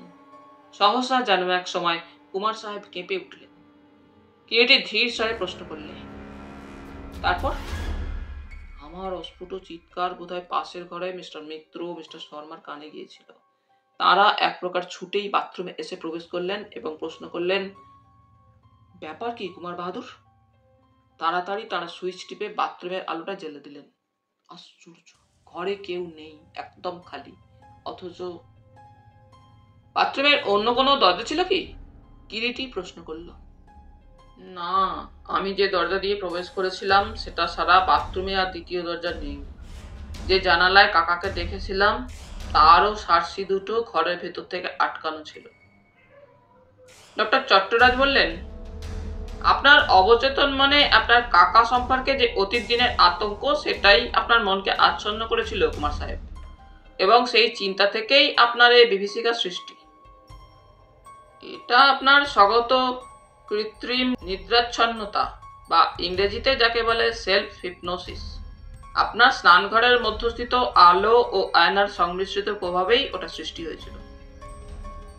ডাক্তারের কথা শেষ হতে না হতেই কুমার সাহেব বলে উঠলেন, ডাক্তার, আপনাকে আমি আগেই বলেছি, আমি যা দেখেছি বা শুনেছি সেটা আমার ভ্রান্ত ধারণা বা মতিভ্রম, যাকে আপনারা ইংরেজিতে হ্যালুসিনেশন বলেন, সেরকম কোনো কিছুই নয়। আমি কাকাকে স্পষ্ট দেখেছি। সত্যি তাকে আমি দেখেছি, কিন্তু তারপর তিনি আর সেখানে উপস্থিত ছিলেন না, অদৃশ্য হয়ে যান। আমার সেক্রেটারি ও মিস্টার শর্মা চারিদিকে আশেপাশে তন্ন তন্ন করে খুঁজে দেখলেন, কিন্তু কিছুই দেখতে পেলেন না। অবশ্যই তাদের আমি তখন বলেছিলাম ব্যাপারটা আগাগোড়াই হয়তো আমার চোখের ভুলও হতে পারে, কেননা এ ব্যাপারে তাদের আমি বিশেষ করে আজকের উৎসবের দিনে চিন্তিত করতে চাইনি। কিন্তু আমি ভগবানের নামে শপথ করে বলতে পারি মিস্টার রায়, আমার ভুল হয়নি। আমি তাকে দেখেছি, সুস্পষ্টভাবেই প্রত্যক্ষ দেখেছি। কিরিটি বললে, ভালো কথা। আচ্ছা ডক্টর চট্টরাজ, আপনাদের ডাক্তারি শাস্ত্রের মনোবিজ্ঞানে এ ধরনের ব্যাপারকে কি বলে? ডক্টর চট্টরাজ প্রবলভাবে মাথা দোলাতে দোলাতে বললেন, কুমার সাহেব হয় আমাদের আষাঢ়ে গল্প শোনাচ্ছেন, না হয় তামাশা করছেন নিছক আনন্দ দেওয়ার জন্য। কিন্তু সে যাই হোক, এ ধরনের তামাশা না, উনি একেবারে অসম্ভব কথা বলছেন। ঘরের আলোয় কুমার সাহেবের মুখের দিকে তাকিয়ে মনে হচ্ছিল যেন তিনি অত্যন্ত ক্লান্ত ও ভীত হয়ে পড়েছেন। ধীরে ধীরে একসময় কুমার সাহেব বললেন, দেখুন মিস্টার চট্টরাজ, বিশেষ করে এ ব্যাপারে আপনাদের চাইতেও আমি বেশি বুঝি। একদিন আমি আমার কাকাকে কতখানি শ্রদ্ধা করতাম ও ভালোবাসতাম সে কথা কারো অজানা নেই। কাকার এই দুর্ঘটনার জন্য হয়তো জগতে আমার চাইতে আর কেউ বেশি দুঃখ পায়নি। শিশু বয়সে মা বাবাকে হারাই, তারপর 12 বছর পর্যন্ত ওই কাকার কাছেই আমি একাধারে মা ও বাবার স্নেহ ভালোবাসা পেয়ে এসেছি। কাকা যে আমার কতখানি ছিলেন তা বুঝিয়ে আপনাদের বলতে পারবো না, কিন্তু এখন তাকেই আমি পৃথিবীতে সবচাইতে বেশি ভয় ও ঘৃণা করি। আমার সুখ শান্তি সব গেছে। রাতের পর রাত আমি নিদ্রাহীন চোখে নিদারুণ ভয়ে বিছানার ওপরেই বসে কাটিয়েছি।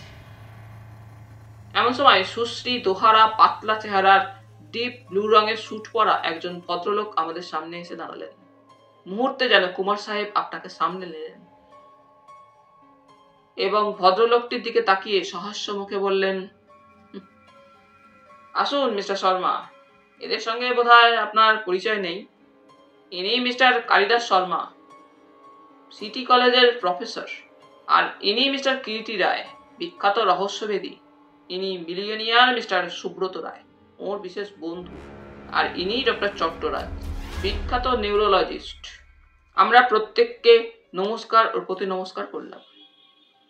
এতক্ষণ বরাবরই আমি বিশেষভাবে লক্ষ্য করছিলাম ওদিককার যে দরজা দিয়ে অল্প আগে মিস্টার মিত্র গিয়ে ঢুকেছেন কুমার সাহেবের প্রাইভেট রুমে, সেই দিকেই কিরিটি যেন সর্বক্ষণ তাকিয়েছিল, এবং সেদিক থেকে দৃষ্টি না সরিয়েই একসময় মৃদু কণ্ঠে বলল, আচ্ছা কুমার সাহেব, আপনি স্যার দিগেন্দ্রকে ঠিক চিনলেন কি করে?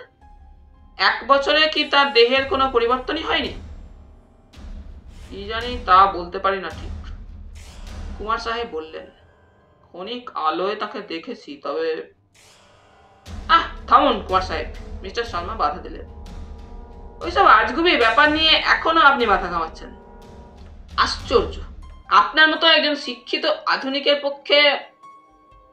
উঠুন মিস্টার মিত্র কফির অর্ডার দিয়ে অনেকক্ষণ হলো, আপনার প্রাইভেট রুমে গিয়ে হয়তো অপেক্ষা করছেন। একটু আগেই তিনি আপনার খোঁজে এদিকেই আসছিলেন। কি একখানা আপনার বিশেষ জরুরি চিঠি এসেছে, আপনাকে সেখানা নাকি এক্ষুনি দেখানো দরকার। একজন বেয়ারাকে আমার সামনেই বলে গেলেন আপনাকে সেখানে পাঠিয়ে দেওয়ার জন্য। বেয়ারা কি আপনাকে কোনো খবর দেয়নি? কই না। কুমার সাহেব ত্রস্তে উঠে দাঁড়ালেন। আশ্চর্য, আমি নিজেই যে তাকে অনেকক্ষণ আগে আমার প্রাইভেট রুমে ঢুকতে দেখলাম। ভাবলাম হয়তো কোনো বিশেষ জরুরি কাজে ও ঘরে গেছেন তিনি। ক্ষমা করবেন, আমি এক্ষুনি আসছি। বলতে বলতে কুমার সাহেব চেয়ার ছেড়ে উঠে পড়লেন। অ্যাস্ট্রেতে কুমার সাহেবের অর্ধদগ্ধ যে সিগারেটটি পড়েছিল দেখলাম কিরিটি সেটা নিঃশব্দে হাত দিয়ে তুলে পকেটের মধ্যে রেখে দিল। কিরিটির ব্যাপারটা ভাবছি এমন সময় ঘরের মধ্যে একটা তীক্ষ্ণ চিৎকার শোনা গেল। খুন খুন! চমকে আমরা সকলে একসঙ্গে সামনের দিকে চোখ তুলে তাকালাম। কুমার সাহেব তখনও ঘরের অর্ধেকটা গেছেন কিনা সন্দেহ। অদূরে দাঁড়িয়ে মিস্টার শর্মা, একজন সাদা উর্দি পরা বেয়ারা, হাতে কফির ট্রে, সেই কুমার সাহেবের সামনে দাঁড়িয়ে চিৎকার করছে। ঘরের সকলে যেন সহসা সামনে ভূত দেখে চমকে থ হয়ে দাঁড়িয়ে গেছে। সকলের চোখেই উৎসুক ভয় ব্যাকুল দৃষ্টি। কিরিটি ধীরে ধীরে ঘরের মাঝখানে নিঃশব্দ পদসঞ্চারে এগিয়ে গেল। তার চোখের দৃষ্টি তীক্ষ্ণ ও অনুসন্ধানী হয়ে উঠেছে। ধীরে ধীরে সে বেয়ারা ও কুমার সাহেবের সামনে গিয়ে দাঁড়ালো। শুনুন, আপনারা এখন গোলমাল করবেন না, এটা উৎসব বাড়ি। আসুন কুমার সাহেব, আমার সঙ্গে আপনার প্রাইভেট ঘরে চলুন। এই বেহারা, তুমি আও। এসো সুব্রত, তুমি এসো। আর ডক্টর চট্টরাজ, আপনি ততক্ষণ লালবাজারে একটা আর বেহালা থানাতে একটা ফোন করে দিন। আমরা তিনজনে দরজা ঠেলে ঘরে গিয়ে ঢুকলাম। বেশ প্রশস্ত চতুষ্কোণ একটি ঘর। ঘরে ঢুকে আড়াআড়ি ভাবে চাইলেই দেখা যায় ঘরের চারপাশে গদি মোড়া সব চেয়ার পাতা। সিলিং এর বাতিটা নেভানো। অদূরে একটি ছোট টেবিলের উপর রক্ষিত লাল রঙের টেবিল ল্যাম্পের আলোয় ঘরখানি আলোকিত। টেবিলটার ঠিক পাশেই একটা বড় সোফা। ঘরের দেওয়ালের দিকে গোলাপি রং দেওয়া এবং দেওয়ালের গায়ে এদের পুরুষানুক্রমে প্রাপ্ত সব অতীত যুগের ঢাল তলোয়ার ঝুলছে। ঘরের লাল আলো সেগুলোর উপর প্রতিফলিত হয়ে যেন কেমন এক বিভীষিকায় প্রেতায়িত হয়ে উঠেছে। ঘরের মেঝে দামি পুরু লাল রঙের কার্পেট বিছানো। হঠাৎ টেবিলের উপর যে ল্যাম্পটি বসানো ছিল তার আলোয় সামনে নজরে পড়তেই বিস্ময় আতঙ্কে যেন একেবারে স্তম্ভিত হয়ে গেলাম। একজন কালো সুট পরা লোক উপুর হয়ে কার্পেটের উপর টেবিলের ঠিক সামনে পড়ে আছে। তার হাতের আঙুলগুলো যেন ছড়িয়ে দিতে যাচ্ছিলেন, মনে হয় যেন হাতের পাতায় দেহের ভর দিয়ে ওঠবার চেষ্টা করছিলেন। হাঁটু মারা অবস্থায় তিনি পড়ে আছেন, কিন্তু ভদ্রলোকের দেহের সঙ্গে মাথা নেই। রক্তাক্ত গর্দানটা শুধু ভয়ঙ্কর বিভীষিকায় উঁচু হয়ে আছে। মাথাটা ঘরের ঠিক মাঝখানে কার্পেটের উপর দাঁড়িয়ে আছে, কাটা গলার উপর। কে যেন মাথাটাকে দেহ থেকে কেটে বসিয়ে রেখে গেছে মেঝের কার্পেটের উপর। চোখের মনি দুটো সাদা, মুখটা ফাঁক করা। সহসা পাশের খোলা জানালা দিয়ে এক ঝলক ঠান্ডা বাতাস করে ঢুকলো। আমরা কেঁপে উঠলাম। কিরিটি কুমার সাহেবের রক্তশূন্য ফ্যাকাশে মুখের দিকে চেয়ে বললে, এ সময় আপনি নিজে এত নার্ভাস হয়ে পড়লে তো চলবে না কুমার সাহেব, সাহস আনুন। আর সাহস? কুমার সাহেব ক্লান্ত অবসন্ন স্বরে বললেন, আমার হাত পা পেটের মধ্যে ঢুকে যাচ্ছে মিস্টার রায়। কি সাংঘাতিক ব্যাপার বলুন তো। উৎসব বাড়ি। কিরিটি আমার মুখের দিকে তাকিয়ে বললে, সুব্রত, তুমি বাইরে গিয়ে ডক্টর চট্টরাজকে সঙ্গে নিয়ে এ বাড়ি থেকে বাইরে যাওয়ার সমস্ত দরজা এক্ষুনি বন্ধ করে দাও। ওপরে কিংবা নিচের হলঘরের কেউ যেন এ ব্যাপারে একটুকু টের না পায়। তারা যেমন গান বাজনা স্ফূর্তি করছে তাই করুক। আমি তখনই ঘর থেকে বের হয়ে গেলাম। সমস্ত বন্দোবস্ত করে ফিরে আসছি। হলঘরে কুমার সাহেবের ম্যানেজার পঞ্চানন বাবুর সঙ্গে দেখা। তিনিও আমার সঙ্গে সঙ্গে ঘরে এলেন। ম্যানেজার বাবু ঘরে ঢুকে প্রথমেই বেয়ারাটাকে ভাঙা কাঁচের টুকরোগুলো নিয়ে যেতে বললেন। এ ঘর থেকে ভয় পেয়ে ছুটে বাইরে যাবার সময় চাকরটার হাত থেকে পড়ে ভেঙে ছড়িয়েছিল। চাকরটা আদেশ পালন করে চলে গেল। কয়েক মিনিটের মধ্যেই থানা থেকে পুলিশের লোক এসে উপস্থিত হলো। কিরিটি সংবাদ পেয়ে বাইরে গিয়ে তাদের যথোপযুক্ত নির্দেশ দিয়ে আবার ঘরে ফিরে গেল। তারপর আবার চুপচাপ সকলে ঘরের মধ্যে দাঁড়িয়ে। কিরিটি এতক্ষণ ধরে একটু একটু করে মৃতদেহটার কাছে গিয়ে দাঁড়ালো। কাটা মুন্ডুটার দিকে চেয়ে বুকটার মধ্যে যেন কেমন অস্বস্তি বোধ করছে। দেহের গর্দানের ঠিক কাছে মৃতদেহের বাঁ হাতে একটা তীক্ষ্ণ তরবারি ধরা আছে। তলোয়ারটা দেখতে অনেকটা দেওয়ালে টাঙানো তরবারিগুলোর মতোই। মনে হয় যেন দেওয়াল থেকেই একটা নেওয়া হয়েছে, কেননা দেওয়ালের গায়ে এক একটা ঢালের দুদিকে আড়াআড়ি ভাবে দুটি করে তলোয়ার টাঙানো আছে। দেখলাম কেবল ঠিক টেবিলের সামনের উপরিভাগের দেওয়ালে ঢালের সঙ্গে মাত্র একটি তলোয়ার দেখা যাচ্ছে।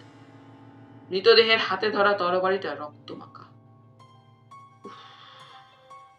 ভদ্রলোককে কসাইয়ের মতো জবাই করা হয়েছে। কিরিটি মৃদু কণ্ঠে বললে, একেবারে পাশবিক হত্যা। দেখো দেখো সু, তরবারিটা বোধহয় খুব শীঘ্রই শান দেওয়া হয়েছিল।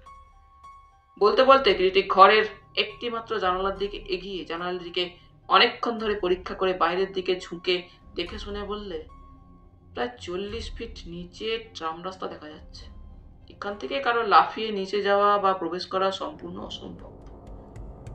কিরিটি কিছুক্ষণ ঘরের মধ্যে হাত দুটো মুষ্টিবদ্ধ করে পায়চারি করতে লাগলো। তারপর সহসা একসময় কার্পেটের রক্ত এড়িয়ে মৃতদেহের কাছে হাঁটু গেড়ে বসে ভালো করে ঝুঁকে কি যেন পরীক্ষা করতে লাগলো। এমন সময় ওপাশের দরজাটা খুলে গেল। একটা লোকের মাথা দেখা গেল। ম্যানেজার বাবু যেন কি বলতে যাচ্ছিলেন, কিরিটি বাধা দিল। ও আমার লোক হরিচরণ। কি খবর হরিচরণ? ওই পথ দিয়ে কেউ বেরিয়েছে? আগে না। বেশ, নজর রাখো। মাথাটা অদৃশ্য হয়ে গেল। ওই দরজা দিয়ে এ ঘর থেকে হল ঘরে যাওয়া যায় না ম্যানেজার বাবু? আগে হ্যাঁ, ম্যানেজার বাবু মৃদু কণ্ঠে জবাব দিলেন। জানালায় একটা লাল রঙের সিল্কের পর্দা টাঙানো ছিল। হাওয়ায় সেটা পতপত করে শব্দ করছিল। আসুন ডাক্তার, মাথাটা একটু পরীক্ষা করা যাক। বলতে বলতে কিরিটি চুলের গোছা ধরে কাটা মুন্ডুটা তুলে ধরল। তারপর দুজনে অনেকক্ষণ ঘুরিয়ে ফিরিয়ে সেটা পরীক্ষা করলো। এটা এখানেই থাক বলে আবার মুন্ডুটা যথাস্থানে নামিয়ে রাখলো। কুমার সাহেব একপাশে ভূতের মতো নির্বাক নিঝুম হয়ে দাঁড়িয়েছিলেন। কিরিটি তার দিকে তাকিয়ে প্রশ্ন করলো, দেখুন তো কুমার সাহেব, ওই তরবারি খানা এই ঘরেরই একখানা কিনা? কুমার সাহেব মৃদু কণ্ঠে জবাব দিলেন, আগে হ্যাঁ। মজার ব্যাপার, কিরিটি বলতে লাগলো। এরকম ধারালো চকচকে তলোয়ার গুলো দিয়ে ঘর সাজিয়ে রেখেছেন, এভাবে খুনের সাহায্য করতে নাকি কুমার সাহেব? জবাবটা দিলেন ম্যানেজার বাবু। আগে উনি একজন উঁচু দরের আর্টিস্ট। পিতামহ ও প্রপিতামহের গৌরবোজ্জ্বল স্মৃতিটা উনি এমনি ভাবে সাজিয়ে বাঁচিয়ে রেখেছেন। চমৎকার যুক্তি, একেবারে অকাঠ্য। মৃদু স্বরে কিরিটি শুধু বললে, কিন্তু সে যাগে, ওই হতভাগা মৃত ব্যক্তিকে চেনেন আপনি? আগে হ্যাঁ, ইনি আমাদের কুমার সাহেবের নবনিযুক্ত সেক্রেটারি মিস্টার শুভঙ্কর মিত্র। ম্যানেজার বাবু জবাব দিলেন। আজ রাত্রে আপনি একে এই ঘরে ঢুকতে দেখেছিলেন?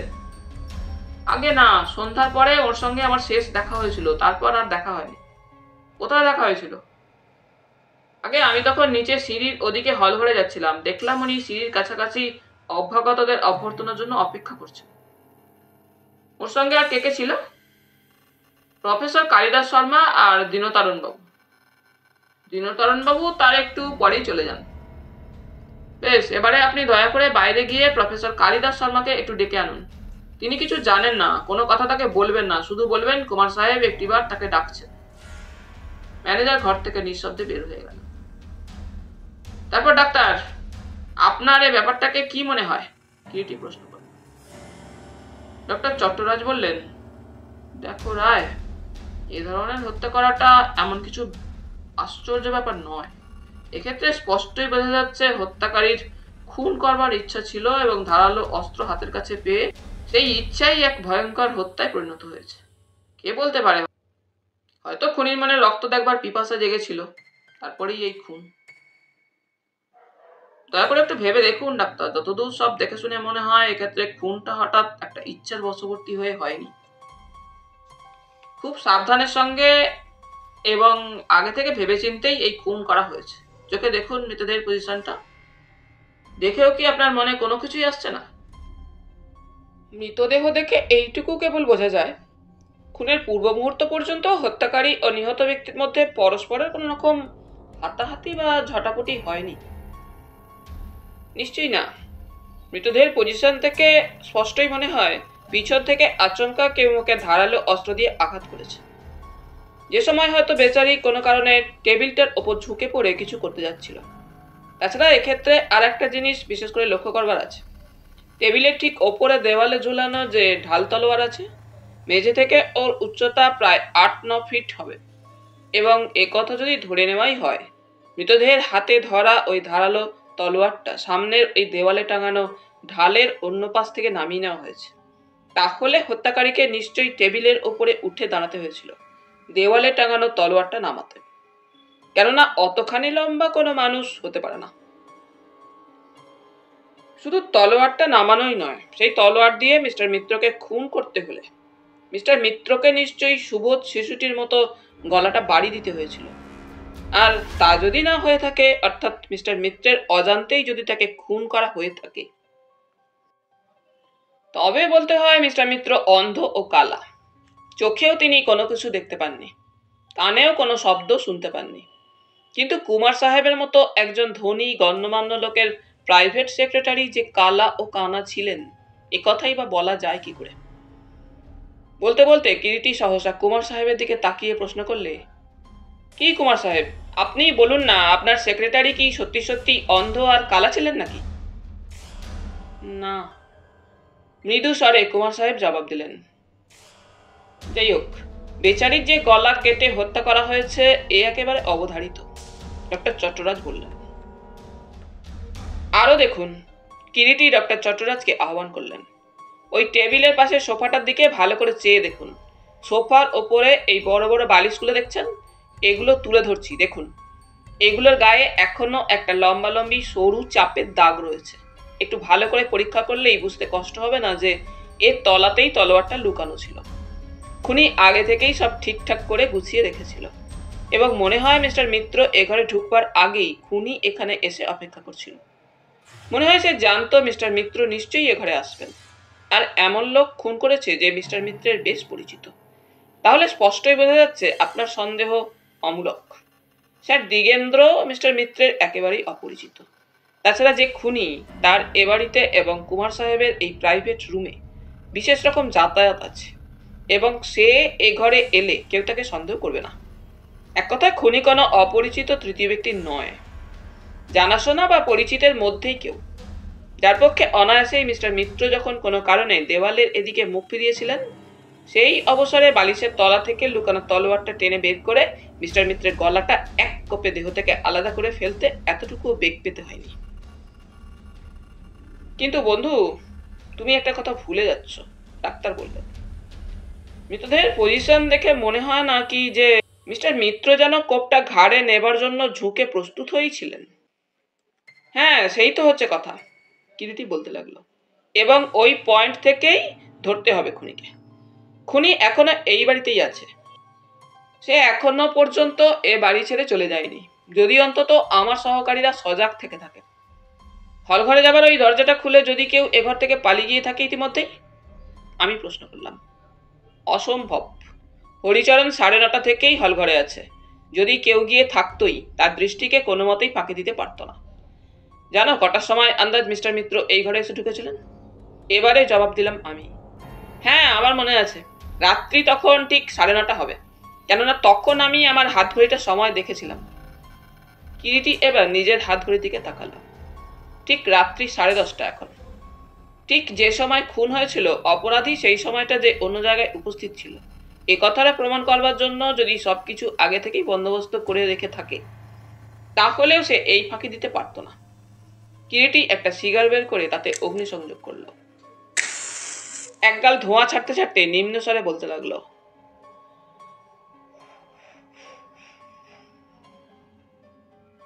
আশ্চর্য, আমি কিছুই বুঝে উঠতে পারছি না। যতটুকু বুঝতে পারছি, কোনো স্থির মস্তিষ্ক বুদ্ধিমান ব্যক্তি এই কাজ করেছে, কিন্তু মাথাটা দেহ থেকে পৃথক হয়ে মেঝের ঠিক মধ্যিখানেই বা এলো কি করে, আর ওইভাবেই বা ঠিক ঘাড়ের ওপর বসেছিল কি করে? বাইরের হলঘর থেকে একটা মৃদু গানের সুরের রেশ তখনও ভেসে আসছিল। কিরিটি কুমার সাহেবের দিকে তাকিয়ে বলল, আপনি ও ঘরে যান কুমার সাহেব, অতিথিরা বেশিক্ষণ আপনাকে না দেখলে একটা গোলমালের সৃষ্টি হতে পারে। আর গোলমাল? দীর্ঘশ্বাস ফেলে কুমার সাহেব বললেন, আমার মান, সম্ভ্রম, ইজ্জত সব গেল মিস্টার রায়। উহ, কি দুর্দৈব! ভগবান, এ কি করলে প্রভু! এমন অধীর হলে তো চলবে না কুমার সাহেব, ডক্টর চট্টরাজ বললেন। উফ, কাল সকালে আমি মুখ দেখাবো কি করে? কি লজ্জা! চাপা স্বরে বলতে বলতে কুমার সাহেব ঘর থেকে বেরিয়ে গেলেন। কুমার সাহেবের গমনপথের দিকে তাকিয়ে মৃদু কণ্ঠে কিরিটি বললে, আহা, বেচারি বড্ড নার্ভাস হয়ে পড়েছেন। সত্যি মাথাটা কিভাবে মেঝের মাঝখানে এলো বলো তো রায়? ডাক্তার বলতে লাগলেন। গড়িয়ে এসে তো আর ওভাবে দাঁড়িয়ে থাকতে পারে না। অনেক সময় অবশ্যই এর চাইতেও বিস্ময়কর ঘটনাও ঘটে, কিরিটি জবাব দিল। কিন্তু একটা জিনিস লক্ষ্য করে দেখুন ডাক্তার, মাথাটা যদি গড়িয়েই এই জায়গায় আসতো তাহলে দেহ থেকে মাথাটা যেখানে দাঁড়িয়ে আছে সেই পর্যন্ত একটা রক্তের ধারা থাকতো। তা নেই। তাতেই এক্ষেত্রে স্পষ্ট মনে হয় খুনি নিজেই দেহ থেকে মাথাটা কেটে ফেলবার পর মাথাটা ওইখানে বসিয়ে রেখে গেছে। আমার মনে হয় কি জানেন ডাক্তার, একটা দানবীয় উল্লাসে এবং নিজের শক্তির উপর একটা স্থির বিশ্বাসে খুনি মাথাটা ওইখানে রেখে গেছে। এই কথা বলতে চাও তো? জবাব দিলেন ডাক্তার। সহসা নিচু হয়ে কিরিটি মৃত মিস্টার মিত্রের পকেটে হাত ঢুকিয়ে দিয়ে পকেটগুলো পরীক্ষা করতে করতে একটা পকেট থেকে কতগুলো কাগজপত্র টেনে বার করলো এবং সেগুলো টেবিলের উপর রাখবার সময় তার মুখে মৃদু এক টুকরো হাসি জেগে উঠল। চেয়ে দেখলাম কাগজপত্রের মধ্যে আছে অনেকগুলো খবরের কাগজের কাটিং, ফটোগ্রাফ, গোটা 2 হলুদ রঙের ভাঁজ করা পুরু অনেকটা তুলোট কাগজের মতো কাগজ, একটা টর্চ, একটা পেন্সিল ও ব্যাংক নোট এবং কিছু খুচরো টাকা পয়সা। ফটোগুলো দেখতে দেখতে কিরিটি সহাস্য মুখে জবাব দিল, ফটোগুলো দেখছি ভদ্রলোকের নিজেরই, নানা কায়দায় নানা পোজে তোলা ফটো। কিন্তু এত ফটোই বা পকেটে কেন? আর আজকের রাত্রে এই উৎসবের পোশাকের পকেটেই বা এগুলো রাখার তাৎপর্য কি? এতে তো আশ্চর্য হবার কিছু নেই রায়, ডাক্তার বললেন। যারা নিজেদের সম্পর্কে অত্যন্ত সচেতন বা এক কথায় সোজাভাবে বলতে পারো দাম্ভিক, তাদের পক্ষে নিজেদেরই ড্রাম পিটবার, নিজেকে প্রচার করবার এও একটা কাঠি বই কি? না বন্ধু না, ব্যাপারটা অত সামান্য নয়, এর মধ্যে অন্য কোনো ব্যাপার আছে। লক্ষ্য করেছেন এর মধ্যে কিছু হারিয়েছে কিনা? কিরিটি ডাক্তারের দিকে চেয়ে প্রশ্ন করল। তার মানে? এ তোমার কোন দেশি প্রশ্ন কিরিটি? আমি কি আগে থেকে জানতাম নাকি মিস্টার মিত্রের পকেটে কি আছে না আছে? আশ্চর্য! রাগত ভাবে জবাব দিলেন ডাক্তার। হ্যাঁ দেখুন, আমরা জানি ভদ্রলোক এখন পর্যন্ত অবিবাহিত এবং এর নিজের ঘর বাড়িও আছে, সেখানে নিশ্চয়ই চাকর বাকরও আছে। এখানে তো আর উনি দিবারাত্রই উপস্থিত থাকেন না। এ কথাও হয়তো বললে নেহাত ভুল হয় না যে ঘরে যাবতীয় চাবি চাকর বাকরের হাতে দিয়ে তিনি আসেন না। অন্তত 2-4টে প্রাইভেট ঘরের চাবিও ওর পকেটে থাকা উচিত, যা হয়তো চাকর বাকরের হাতে বিশ্বাস করে রেখে আসা চলে না। কিন্তু এক্ষেত্রে দেখা যাচ্ছে মিস্টার মিত্রের পকেটে সে ধরনের কোনো চাবি পাওয়া যাচ্ছে না। এর পকেট থেকে কিছু হারিয়েছে কিনা বলতে আমি ওই চাবির কথাই বলতে চাইছিলাম ডাক্তার।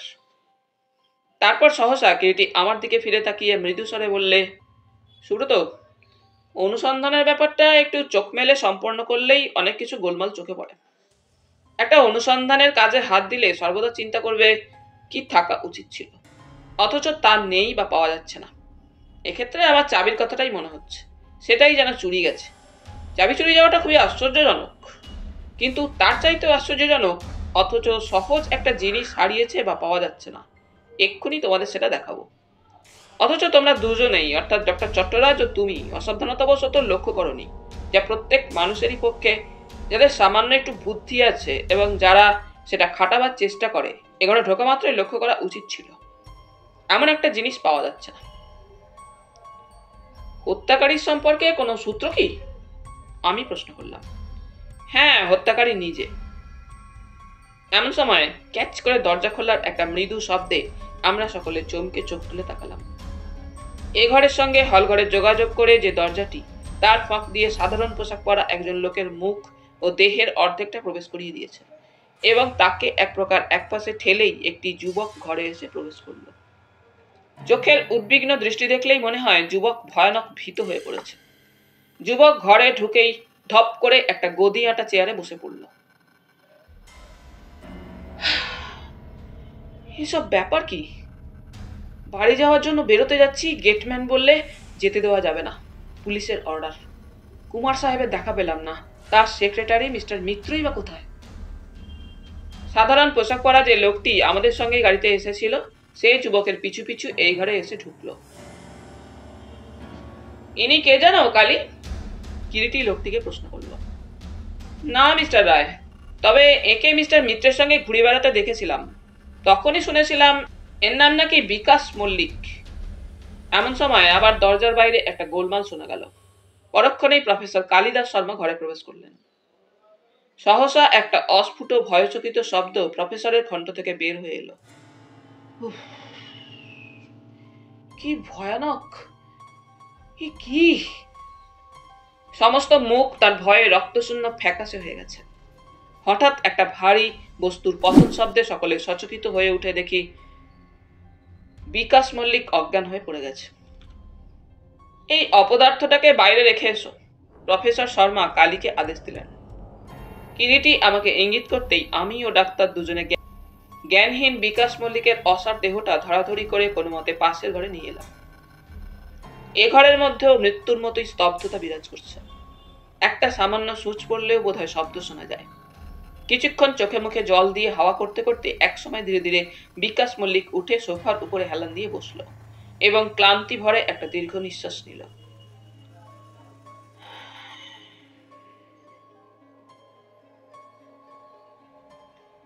ডাক্তার বললেন, এখন একটু সুস্থ বোধ করছেন কি?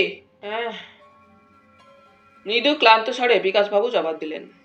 মিস্টার শুভঙ্কর মিত্র বুঝি আপনার অনেক দিনের পরিচিত? আমি জিজ্ঞাসা করলাম। না, খুব বেশি দিনের নয়, মাত্র কয়েক সপ্তাহ হবে। বিকাশ বলতে লাগলো। ভালো লোকের সঙ্গে আলাপ পরিচয় অল্প দিনেই জমে ওঠে। মিস্টার মিত্র একজন নামকরা স্পোর্টসম্যান ও শিকারী ছিলেন। প্রায়ই আমাদের দেশের বাড়ি ডায়মন্ড হারবারে কি একটা কাজে যেতেন। সেখানেই প্রথম আলাপ হয়। তাছাড়া অনেক দিন থেকেই হিন্দিটাকে ভালো করে শিখবার আমার ইচ্ছা। শুভঙ্করবাবু চমৎকার হিন্দি বলতে ও লিখতে জানতেন। আমি ওর কাছেই একটু একটু করে হিন্দি শিখছিলাম। তারপর উনি আমাকে একদিন এখানে এনে কুমার সাহেবের সঙ্গে পরিচয় করিয়ে দেন এবং কুমার সাহেবের দয়াতেই একটা অফিসে আজ 3-10 হলো একটা কাজ জোগাড় করেছি। তিনি আজকের এই উৎসবে আমাকে নিমন্ত্রণ করে আনেন। কিন্তু একটা সংবাদ বোধহয় এখনো আপনি পাননি বিকাশবাবু, আমি বললাম। কি? বিকাশ প্রশ্ন করলেন। আপনার বন্ধু অর্থাৎ মিস্টার শুভঙ্কর মিত্র খুন হয়েছে। সহসা যেন কথাটা শুনে বিকাশ মল্লিক আটকে উঠলেন। হ্যাঁ? তবে কি যে মৃতদেহ দেখে এলাম একটু আগে? হ্যাঁ, তারই মৃতদেহ। এমন সময় কিরিটি ও প্রফেসর শর্মা এসে ঘরে প্রবেশ করলেন। আপনি তাহলে এখন যেতে পারেন বিকাশবাবু। আমার লোকের কাছে আপনার ঠিকানাটা শুধু দয়া করে রেখে যাবেন। বিকাশ মল্লিক কিরিটির কথা শুনে এক প্রকার ছুটতে ছুটতেই ঘর থেকে নিষ্ক্রান্ত হয়ে গেল। সে ঘরে তখন আর কোনো লোকজনই ছিল না, সে কথা আগেই বলেছি। মাথার ওপর উজ্জ্বল বৈদ্যুতিক আলোয় ঘরখানি উদ্ভাসিত। একটু আগেও সে ঘরটা কলহাস্যে মুখরিত ছিল, এখন সেটা শূন্য খাঁ খাঁ করছে। কিরিটি প্রফেসর শর্মাকে একটা চেয়ারে উপবেশন করতে বলে নিজেও একটা চেয়ার টেনে নিয়ে বসলো। মিস্টার শুভঙ্কর মিত্রের আপনি সবচাইতে বড় বন্ধু ছিলেন শুনেছি। সুতরাং এক্ষেত্রে আপনার কাছে যতটা সাহায্য পাবো আর কারো কাছ থেকেই তা পাবো না। অবশ্যই এত রাত্রে আপনাকে বেশি বিরক্ত করব না। সামান্য 2-4টে কথা, বুঝতেই পারছেন, বিশেষ প্রয়োজনেই। না না, সে কি কথা, জিজ্ঞাসা করবেন বই কি, বিশেষ করে এখানে যখন উপস্থিত আছি। আচ্ছা, আজ কটার সময় ঠিক আপনি এখানে এসে পৌঁছান মিস্টার শর্মা? সঠিক আমার মনে পড়ছে না, তবে রাত্রি 8টা থেকে 8:15-এর মধ্যে। বেশ, তারপর থেকে অর্থাৎ আপনার এখানে পৌঁছবার পর থেকে এখানে আপনার চোখে যা যা দেখেছেন, যা ঘটেছে সব খুলে সংক্ষেপে আমায় বলুন। সে আর এমন বিশেষ কঠিন কি। আমার নিজের যে এখানে আসবার খুব একটা ইচ্ছা ছিল তা নয়। এক প্রকার দিনতারণের ইচ্ছাতেই এখানে আজ রাত্রে আমায় আসতে হয়, অথচ সে এসেই চলে গেল। তাছাড়া হঠাৎ কথার মাঝে যেন একটু থেমে প্রফেসর শর্মা আবার কিরিটির মুখের দিকে তাকিয়ে বলতে লাগলেন। তাছাড়া আমার ধারণা ছিল দিনতারণের এখানে কারো সঙ্গে সাক্ষাৎ করবার আগে থেকেই কথা ছিল। কারো মানে কোনো ভদ্রলোকের সঙ্গে তো? কিরিটি বললে। প্রফেসর শর্মা যেন একটু চমকে উঠলেন। পরক্ষণে কিরিটির চোখের ওপর চোখ রেখে স্থির দৃষ্টিতে কিছুক্ষণ চেয়ে রইলেন। না, আমি তা ঠিক জানি না, প্রফেসর শর্মা আবার বলতে লাগলেন। তাছাড়া এখানে পৌঁছেই আমি নিচের হল ঘরে ঢুকি, সেইখানেই মিস্টার মিত্রের সঙ্গে আমার দেখা হয়। আমরা দুজনে কথা বলতে বলতে একটা টেবিলের সামনে দুটো চেয়ার টেনে নিয়ে বসে 2 গ্লাস জিঞ্জার খেতে লাগলাম। হঠাৎ এক সময় জিঞ্জার খেতে খেতে শুভঙ্কর হাসতে হাসতে গ্লাসের লাল রঙের তরল পদার্থের দিকে চেয়ে আমায় বললে, দেখছিস কালিদাস কি টুকটুকে লাল। সত্যি ভাই, আজ রাত্রে এই লাল রংটা যেন আমার মনে একটা নেশা ধরিয়ে দিচ্ছে। Oh, red, it is simply charming, it is nice. হঠাৎ কিরিটি মুখটা ঘুরিয়ে আমাকে বললে, সুব্রত, বেল বাজিয়ে একটা বেয়ারাকে ডাকতো। বেল বাজাবার সঙ্গে সঙ্গেই যে বেয়ারাটি প্রথমে মৃতদেহ আবিষ্কার করে সে এসে দাঁড়ালো। কিরিটি তার মুখের দিকে চেয়ে বললে, আরে তুমি তো প্রথম মৃতদেহ দেখো না? তুমি কফি নিয়ে যাবার ঘন্টা শোনো কখন? আগে রাত্রি ঠিক 9:30টার সময়, কেননা আমি ঘড়ির দিকে নজর রেখেছিলাম। তুমি তখন কোথায় ছিলে? রান্নাঘরে হুজুর। রান্নাঘরের লাগোয়ায় খাবার ঘর, এবং রান্নাঘর ও খাবার ঘর কুমার সাহেবের প্রাইভেট রুমের ঠিক পেছনে। কুমার সাহেবের প্রাইভেট রুমের মধ্যে যে তোমাদের ডাকবার জন্য বেল আছে, সেই বেল বাজার দড়িটা কোথায়? প্রাইভেট রুম থেকে হল ঘরে আসবার দরজার গায়েই হুজুর। বেশ, বেল শোনা মাত্রই তুমি কফি নিয়ে চলে এলে না? না, বাবুর্চি কফিটা তৈরি করতে একটু সময় নেয়, মিনিট 10 বোধ হয় কফি দিতে দেরি হয়েছিল। কোন দরজা দিয়ে তুমি কুমার সাহেবের প্রাইভেট রুমে ঢোকো? ও ঘরে যাওয়ার হলের মধ্যে দিয়ে যে দরজা আছে সেই দরজা দিয়ে। দরজার ঠিক সামনেই একজন ভদ্রলোক দাঁড়িয়েছিলেন, বোধহয় আপনারই লোক হবেন তিনি। আমি দরজায় শব্দ করলাম, কিন্তু কোনো সারা শব্দ ভেতর থেকে পেলাম না। এবারে জোরে দরজায় ধাক্কা দিলাম, কিন্তু তাতেও কোনো সারা শব্দ পেলাম না। তখন আমি সামনে দাঁড়ানো সেই ভদ্রলোকটিকে জিজ্ঞাসা করি, ঘরে কেউ আছেন কি? তাতে তিনি জবাব দেন, তার মানে কারো ওই ঘরে থাকবার কথা ছিল নাকি? আমি তাকে জবাব দিই, আগে সেক্রেটারি সাহেবের তো ওই ঘরে থাকবার কথা। তাতে আমায় বললেন, তবে যাও। আমি তখন দরজা টেনে ভিতরে প্রবেশ করি। বেয়ারার গলার স্বর ক্রমেই উত্তেজিত হয়ে উঠছিল। সে কথা বলতে বলতে ঘন ঘন আমাদের সকলের দিকে ফিরে ফিরে তাকাচ্ছিল। তারপর কিরিটি জিজ্ঞাসা করে, আগে তারপর আমি কফি নিয়ে ঘরে গিয়ে ঢুকে প্রথমে কিছু দেখতে পাইনি। ঘরের মধ্যে এগিয়ে গিয়ে হঠাৎ পায়ে বাধা পেয়ে হোঁচট খেয়ে পড়ে যায়। পড়েই আমি চিৎকার করে উঠি, তাড়াতাড়ি উঠে পড়ে আপনাদের ঘরের দিকে ছুটে যাই। আমি আল্লাহর নামে শপথ করছি হুজুর, এর চাইতে আর বেশি কিছুই আমি জানি না, আমি খুন করিনি।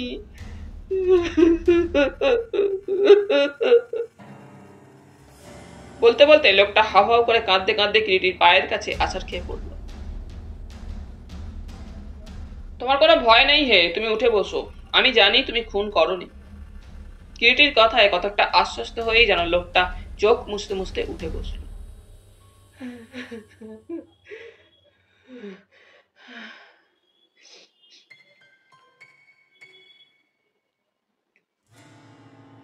কিরিটি সম্মুখে উপবিষ্ট প্রফেসর শর্মার দিকে তাকিয়ে বলল, হ্যাঁ প্রফেসর, আপনি যা বলছিলেন এবার বলুন।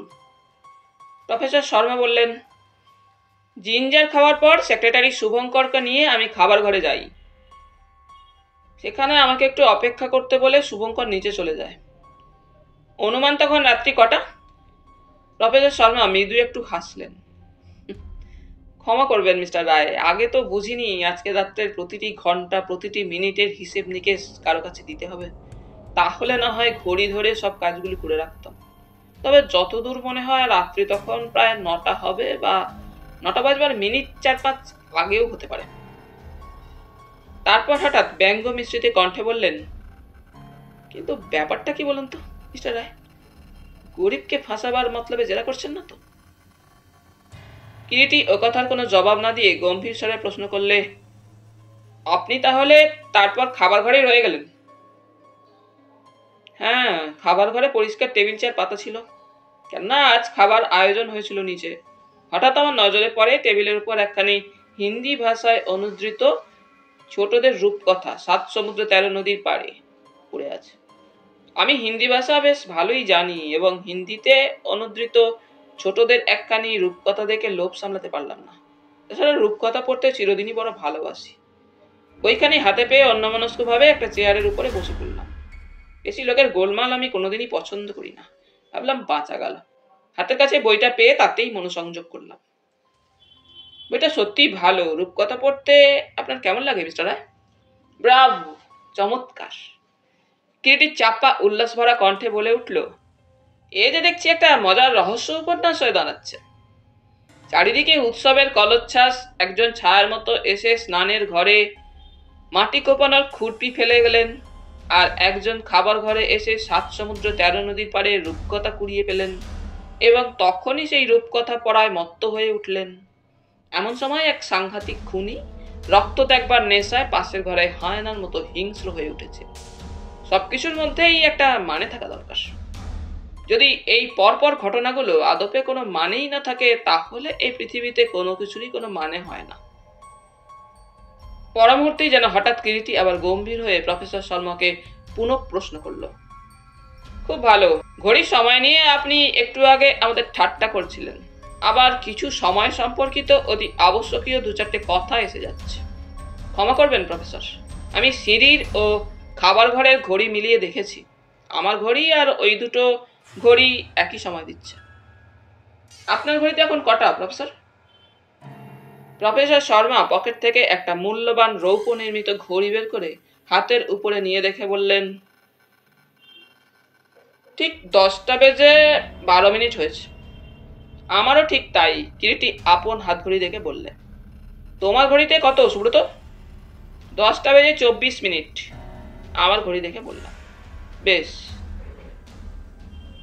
প্রফেসর, আপনার যদি আপত্তি না থাকে তবে দয়া করে যদি বলেন রাত্রি ঠিক 9:30টার সময় আপনি কোথায় ছিলেন? কিরিটি প্রশ্ন করলো প্রফেসরের মুখের দিকে চেয়ে। অর্থাৎ যখন মিস্টার মিত্র কুমার সাহেবের প্রাইভেট ঘরে গিয়ে ঢুকেন। নিশ্চয়ই, বলে সহসা প্রফেসর করে উচ্চস্বরে হেসে উঠলেন। তারপর কোনো মতে হাসি চাপতে চাপতে বললেন, 9:30টার সময় হল ঘরে দাঁড়িয়ে আমি আপনারই পাহারারত ভদ্রলোকটির সঙ্গে কথা বলছিলাম। তার সঙ্গে দাঁড়িয়ে দাঁড়িয়ে প্রায় 8-10 মিনিট কথাবার্তা বলেছি। তারপর তার সামনেই এই ঘরে এসে ঢুকি এবং কুমার সাহেব এইখানে দাঁড়িয়ে আপনাদের সকলের সঙ্গে আমার পরিচয় করিয়ে দেন। আশা করি আপনার মহামান্য তীক্ষ্ণ বুদ্ধি বন্ধুবর এত তাড়াতাড়ি সে কথা ভুলে যাননি। কিরিটির মুখের দিকে চেয়ে স্পষ্টই বুঝতে পারছিলাম অসহ্য বিরক্তিতে সে এবার নিশ্চয়ই কোনো কিছু বলে বসবে। কিন্তু হঠাৎ যেন সে নিজেকে সামলে নিয়ে সামনেই ঝোলানো ভৃত্যদের ডাকবার ঘন্টার দড়িটা ধীরে ধীরে একটা টান দিয়ে ছেড়ে দিল। আমরা সকলে নির্বাক বিস্ময়ে কিরিটির মুখের দিকে উদ্গ্রীব হয়ে চেয়ে রইলাম। হরিচরণ ঘরে এসে ঢুকলো।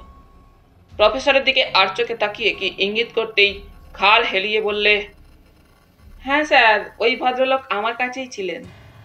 এক সময় আমাকে জিজ্ঞাসা করলেন, মশাই ঠিক এখন কত সময় বলতে পারেন? আমার মনে হচ্ছে আমার ঘড়িটা বোধহয় একটু স্লো যাচ্ছে।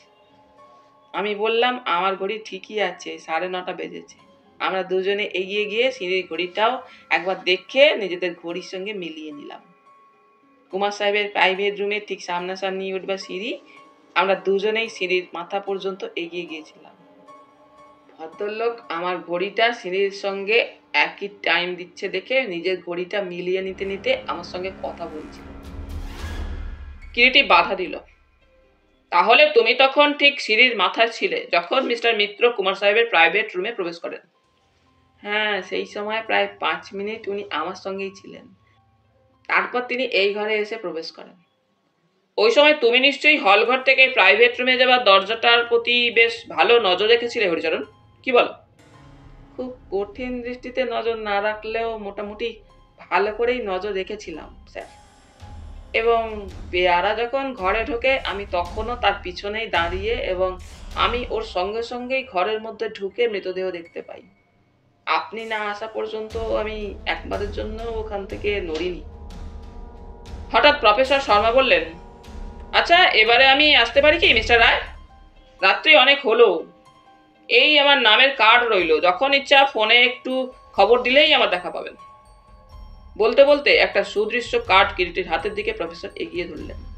কিন্তু কিরিটি তার কথার কোনো জবাবই দিল না, চুপচাপ বসেই রইল, যেন কথাগুলো কানেই যায়নি। তারপর নীরবে হাত বাড়িয়ে প্রফেসরের হাত থেকে কার্ডটা নিয়ে ভ্রু কুঁচকে কি যেন খানিক ভাবল। তারপর মৃদু অথচ দৃঢ় কণ্ঠে বললে, প্রফেসর শর্মা, আশা করি ও ঘরের তলোয়ারটার কথা এর মধ্যেই একেবারে ভুলে যাননি। সহসা প্রফেসরের চোখের দৃষ্টিটা তীক্ষ্ণ ও উগ্র হয়ে উঠল। তিনি পলকহীনভাবে কিরিটির দিকে চাইলেন। কিরিটিও তার নির্ভীক দৃষ্টিতে প্রফেসরের দিকে চেয়ে রইল। চার জোড়া তীক্ষ্ণ চোখ পরস্পরের দিকে কিছুক্ষণ অপলকে চেয়ে রইল। দুজনেই ভয়ঙ্কর রকম যেন সজাগ হয়ে উঠেছে। তারপর সহসা আবার প্রফেসর প্রবলভাবে হেসে উঠলেন এবং চিবিয়ে চিবিয়ে অদ্ভুতভাবে বলে উঠলেন, চমৎকার! তাহলে মান্যবর ডিটেকটিভ বন্ধু আমাকে খুনি বলে সাব্যস্ত করলেন চেষ্টায়। ওয়ান্ডারফুল, অভাবনীয় চিন্তা শক্তি। না, জলদগম্ভীর স্বরে কিরিটি বলে উঠল, অন্তত বর্তমানে আপনাকে খুনি বলে আমি সন্দেহ করিনি। কোনো মানুষ আগে থেকে চিন্তা করে খুন করতে পারে, কিন্তু আগে থেকে চিন্তা করে শয়তান হতে পারে না। আমি শুধু কয়েকটা আবশ্যকীয় প্রশ্নই জিজ্ঞাসা করেছি মাত্র। ও কথা যাক প্রফেসর, বলুন, মিস্টার মিত্র কি হিন্দি ভাষা বলতে কইতে পারতেন? সত্যি কথা বলতে কি, প্রফেসর বলতে লাগলেন, মোটেই না। হিন্দি ভাষায় তার জ্ঞান করেঙ্গা খায়েঙ্গা পর্যন্ত। শুভঙ্কর ছিল আমার ছোটবেলার বন্ধু, তার নারী নক্ষত্র আমি জানি। বড়লোক বাপের একমাত্র ছেলে ছিল। লোকে জানতো ও বিলাত ফেরত, উচ্চ শিক্ষিত।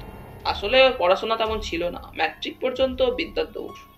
চেহারাটা ছিল সুন্দর আর কমন সেন্স ছিল প্রচুর, যার ফলে কিছু না জেনেও অনেক কিছুই জানবার ভান করতে পারত। কিন্তু খেলাধুলায় ওর মতো ওস্তাদ বড় একটা দেখা যেত না। টেনিস খেলতে, সাঁতার কাটতে, ঘোড়ায় চড়তে, তরবারি বা ছোড়া খেলতে, বন্দুক ছুটতে, বড় বড় জানোয়ার শিকার করতে ও ছিল একেবারে যাকে বলে অদ্বিতীয়। আচ্ছা, এবারে গুড নাইট জানাচ্ছি মাই ফ্রেন্ড। আশা করি ক্ষণিকের চেনা গরিব বন্ধুর কথাটা ভুলে যাবেন না। নিশ্চয়ই না, বিশেষ করে না ভুলতে যখন আপনি এত করে অনুরোধ জানিয়ে যাচ্ছেন। কিরিটি গম্ভীর স্বরে জবাব দিল। ধীর মন্থর পদে জুতোর শব্দ তুলে প্রফেসর কালিদাস শর্মা ঘর থেকে নিষ্ক্রান্ত হয়ে গেলেন। কিরিটি একসময় বললে, দেখো হরিচরণ, তুমি একবার এখানে যারা যারা উপস্থিত আছে প্রত্যেকের সঙ্গে কথা বলে জানবার চেষ্টা করো তাদের মধ্যে কে কে আজ রাত্রে এখানে প্রফেসর কালিদাস শর্মাকে দেখেছেন। আর খাবার ঘরে গিয়ে একবার দেখো সেখানে 7 সমুদ্র 13 নদীর পাড়ে নামে বইখানা পাও নাকি। আর চেষ্টা করে জানতে কে ওই বইখানা এনেছিলেন সঙ্গে করে। হ্যাঁ, আর যাওয়ার সময় কুমার সাহেবের ম্যানেজারটিকে একবার এখানে পাঠিয়ে দিও তো। হরিচরণ ঘর থেকে বের হয়ে যেতেই কিরিটি আমাদের দিকে তাকিয়ে বললে, আমি যতদূর জানি এই কালিদাস শর্মারই বছর 3-4 আগে কি একটা ব্যাপার নিয়ে দুর্নাম রটে, ফলে কলেজের চাকরি যায়। তারপর থেকেই লোকটা সম্পূর্ণ বেকার। কিন্তু বর্তমানে বেকার অবস্থায় এত বাবু আনা ওর আসে কোথা থেকে? খুব সম্ভব কুমার সাহেবকে ও নেশার বস্তু যোগায়। আমারও যেন তাই মনে হয়। ডক্টর চট্টরাজ চাপা উত্তেজিত কণ্ঠে বলে উঠলেন, বোধহয় সেই জন্যই কুমার সাহেব যখন আজ রাত্রে আমাদের সঙ্গে গল্প করতে করতে উঠে গিয়ে দ্বিতীয়বার ফিরে এলেন, তখন তাকে একবার যেন অসুস্থের মতো দেখাচ্ছিল। মাথাটা নিচের দিকে নামিয়ে স্লথ মন্থর গতিতে হাঁটছিলেন। তখনই আমার মনে হয়েছিল ভদ্রলোক বোধহয় কোনো একটা নেশা টেশায় অভ্যস্ত। আপনি ঠিকই ধরেছেন ডাক্তার, কিরিটি বলে উঠল। খুব সম্ভবত দ্বিতীয়বার তিনি যখন আমাদের কাছে আসেন তখন কোনো কিছু একটা নেশা করে এসেছিলেন। আপনি বোধহয় লক্ষ্য করেননি। আমি বাধা দিলাম, উনি না লক্ষ্য করলেও আমার দৃষ্টিকে তুমি এড়াতে পারোনি বন্ধু। কুমার সাহেব যখন আমাদের দেওয়া সিগার না খেয়ে নিজের সিগারেট খেয়ে উঠে যান, তখন তার অ্যাস্ট্রের মধ্যে সেই নিক্ষিপ্ত নিঃশেষিত সিগারটির টুকরোটা তুমি তুলে নিয়ে পকেটস্থ করেছো। এতদিনে সত্য সত্যই সুব্রত চোখ একটু সজাগ হতে আরম্ভ করেছে। কিরিটি হাসতে হাসতে বলতে লাগলো, চেয়ে দেখুন ডাক্তার। কিরিটি পকেটে হাত চালিয়ে সিগারেটের টুকরোটা বের করে আমাদের চোখের সামনে মেলে ধরল। একটু ভালো করে লক্ষ্য করলেই বুঝতে পারবেন এ সিগারেট কেনা নয়, হাতে পাকিয়ে তৈরি করা। তাছাড়া সিগারেটের মশলা যেমন হয় এর মধ্যেকার মশলা ঠিক তেমন নয়, একটু মোটা এবং কোনো মতে কাগজ দিয়ে জড়িয়ে সিগারেট বানানো হয়েছে। শুকে দেখুন। বলতে বলতে কিরিটি সিগারেটটা খুলে ফেললে। তাছাড়া দেখুন, মশলাটা কেমন ফিকে ব্রাউন রঙের, মরিহুয়ানা কিংবা হ্যাশ হিস, ভাং, সিদ্ধি বা গাঁজা জাতীয় জিনিস। তবে আসলে কোন জিনিসটা দিয়ে যে এই সিগারেটের মশলা তৈরি হয়েছে তা রাসায়নিক পরীক্ষাগার থেকে পরীক্ষিত না হয়ে আসা পর্যন্ত সঠিক বলা চলছে না। তোমরা হয়তো জানো না, ইজিপ্টের লোকেরা হ্যাশ হিসে সবুজ বা কাঁচা পাতা খায়, তাতে নাকি নেশা হয়। মেক্সিকোতে যে হ্যাশিস পাওয়া যায় তার পাতা আরও তীব্র নেশা আনে। খুব সম্ভব প্রফেসর শর্মা এই ধরনের সিগারেট তৈরি করে কুমার সাহেবকে নেশায় পরিতুষ্ট করে থাকেন।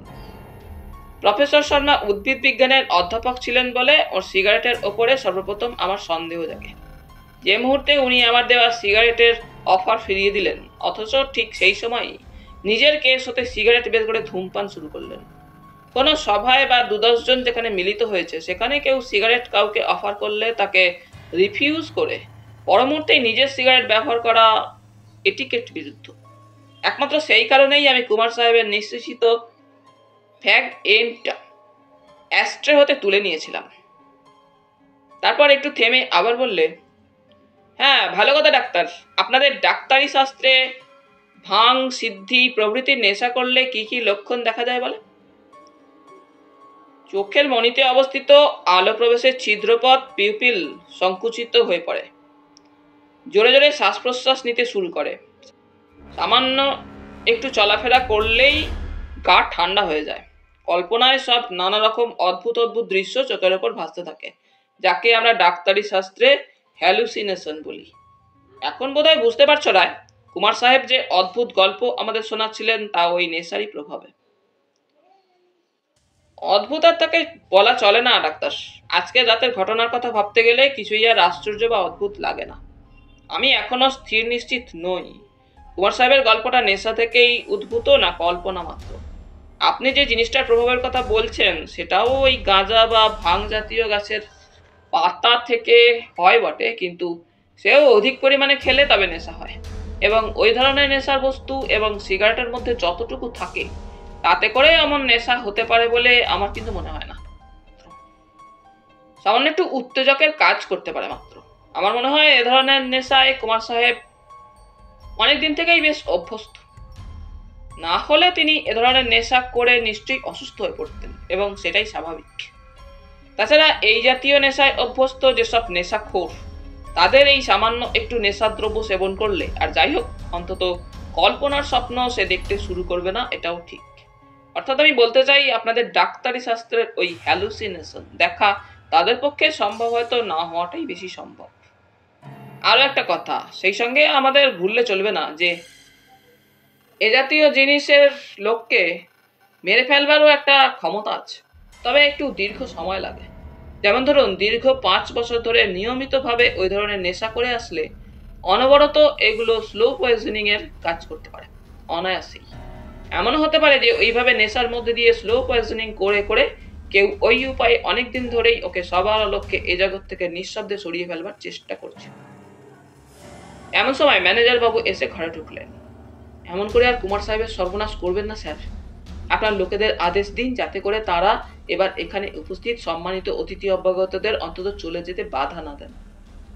একেই তো তারা সব নানা অদ্ভুত প্রশ্ন করে করে আমাদের প্রায় পাগল করে তোলবার জোগাড় করেছেন। এমনকি এর মধ্যে কেমন করে না জানি প্রকাশ্য হয়ে গেছে যে কুমার সাহেবের সেক্রেটারিকে কেউ হত্যা করেছে। আমি যদিও তাদের বুঝিয়ে বলেছি তিনি আত্মহত্যা করেছেন, কেউ তাকে হত্যা বা খুন করেনি, কিন্তু এ ধরনের কথা একবার রটলে কি কেউ আর কারো কথা বিশ্বাস করে বা করতে চায়? কিরিটি হাসতে হাসতে বলে, বসুন। আপনার মনিবের সেক্রেটারি আত্মহত্যা করেছেন শুনলে নিশ্চয়ই আপনার প্রভুর আত্মমর্যাদা বেড়ে যাবে। কি বলেন ম্যানেজার বাবু? কিন্তু সে কথা যাক, ব্যস্ত হবেন না। এখন বলুন তো দেখি, আজ রাত্রে ইউসবে এমন কি কেউ এখানে এসেছেন যাকে আপনি চেনেন না বা ইতিপূর্বে কোনোদিন দেখেননি? না, কই এমন কাউকে তো দেখেছি বলে আমার আর মনে পড়ছে না, ম্যানেজার বাবু বলে উঠলেন। তাছাড়া এ উৎসবে আমন্ত্রিতদের প্রত্যেকেরই নিমন্ত্রণ লিপি দেওয়া হয়েছিল, এবং নিমন্ত্রণ লিপি ছাড়া কাউকেই প্রবেশ করতে দেওয়া হয়নি। সেক্রেটারি বাবুর এ বিষয়ে কড়া নজর ছিল। সহসা আবার কিরিটি প্রশ্ন করল, আচ্ছা ম্যানেজার বাবু, বলতে পারেন আপনাদের কুমার সাহেবের সেক্রেটারি মিস্টার মিত্র কতদিন থেকে আফিং খাওয়াটা অভ্যেস করছিলেন? দেখুন, অস্বীকার করবেন না বা অস্বীকার করবার চেষ্টা করবেন না, আপনি নিশ্চয়ই তার অনেক কথাই জানেন। কেননা বেশিরভাগ সময়ই দুজনে আপনারা সহকর্মী হিসাবে এখানে কাজ করছিলেন। বলুন না মশাই, চুপ করে আছেন কেন? খেতেন নাকি তিনি? আগে বলুন। কঠিন আদেশের সুর কিরিটির কণ্ঠে ঝঙ্কৃত হয়ে উঠল। কিছুক্ষণ ম্যানেজার বাবু মাথা নিচু করে কি যেন ভাবলেন, তারপর একসময় মৃদু স্বরে বললেন, আগে মাসখানেক হবে তিনি আফিং একটু একটু করে গরম কফির সঙ্গে খেতেন। বলতেন অন্য কোনো বদ নেশার থেকে আফিং খাওয়াটা নাকি ভালো। তাছাড়া তার পেটের গোলমাল আছে বলে ডাক্তার নাকি পরামর্শ দিয়েছিল প্রত্যহ একটু একটু করে আফিং খেতে। আফিং ধরবার পর উপকারও নাকি পাচ্ছিলেন। ভালো কথা, খুব ভালো কথা। কিন্তু আপনাদের কুমার সাহেব কি ওই সঙ্গে কোনো নেশায় অভ্যস্ত হয়ে পড়েছিলেন নাকি? আগে তিনিও বোধহয় ওই একই সময় থেকে আফিং খাওয়ার সঙ্গে অভ্যস্ত হয়েছে। কিন্তু আমার মনে হয় কুমার সাহেব আফিংয়ে অনেকদিন থেকেই অভ্যস্ত। বেশ, আচ্ছা আজ রাত্রে কুমার সাহেবকে আপনারা ভাং বা সিদ্ধি জাতীয় কোনো জিনিস দিয়ে সিগারেট তৈরি করে দিয়েছিলেন? আগে বলুন, জবাব দিন। আগে হ্যাঁ, কেননা আমি ভেবেছিলাম সিদ্ধি খেলে তিনি একটু চাঙ্গা হয়ে উঠবেন। জানি না কেন আজ 4-5 দিন একটা চিঠি পেয়ে অবধি তিনি অত্যন্ত অস্থির হয়ে পড়েছিলেন। সর্বদাই মন মরা, যেন কি কেবলই ভাবছেন। তাই ভাবলাম আজকের এই উৎসবের দিনে সাধারণ সিদ্ধি শরবত টরবত দিলে হয়তো তিনি আপত্তি করতে পারেন, তাই সিগারেট তৈরি করে রেখেছিলাম। এরকম মাঝে আরো দুবার সিগারেট করে খাইয়েছিও তাকে।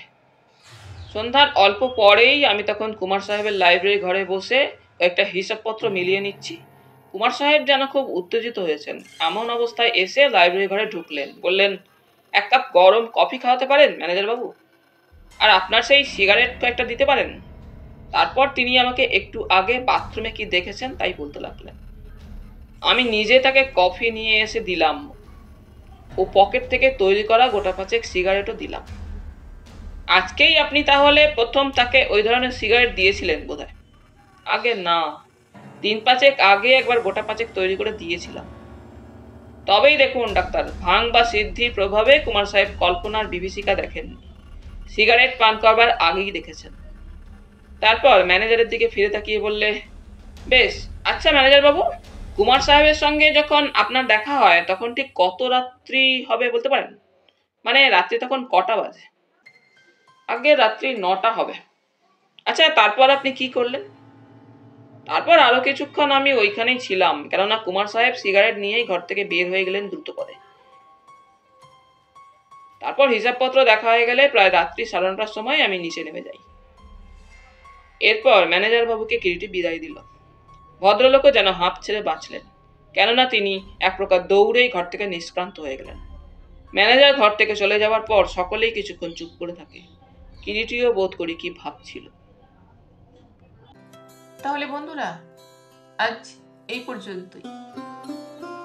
গল্প পাঠ তোমাদের ভালো লেগে থাকলে তোমাদের কাছে আবারও অনুরোধ থাকলো, লাইক, শেয়ার এবং সাবস্ক্রাইব করে তোমাদের মূল্যবান মতামত পাঠানোর জন্য। ধন্যবাদ।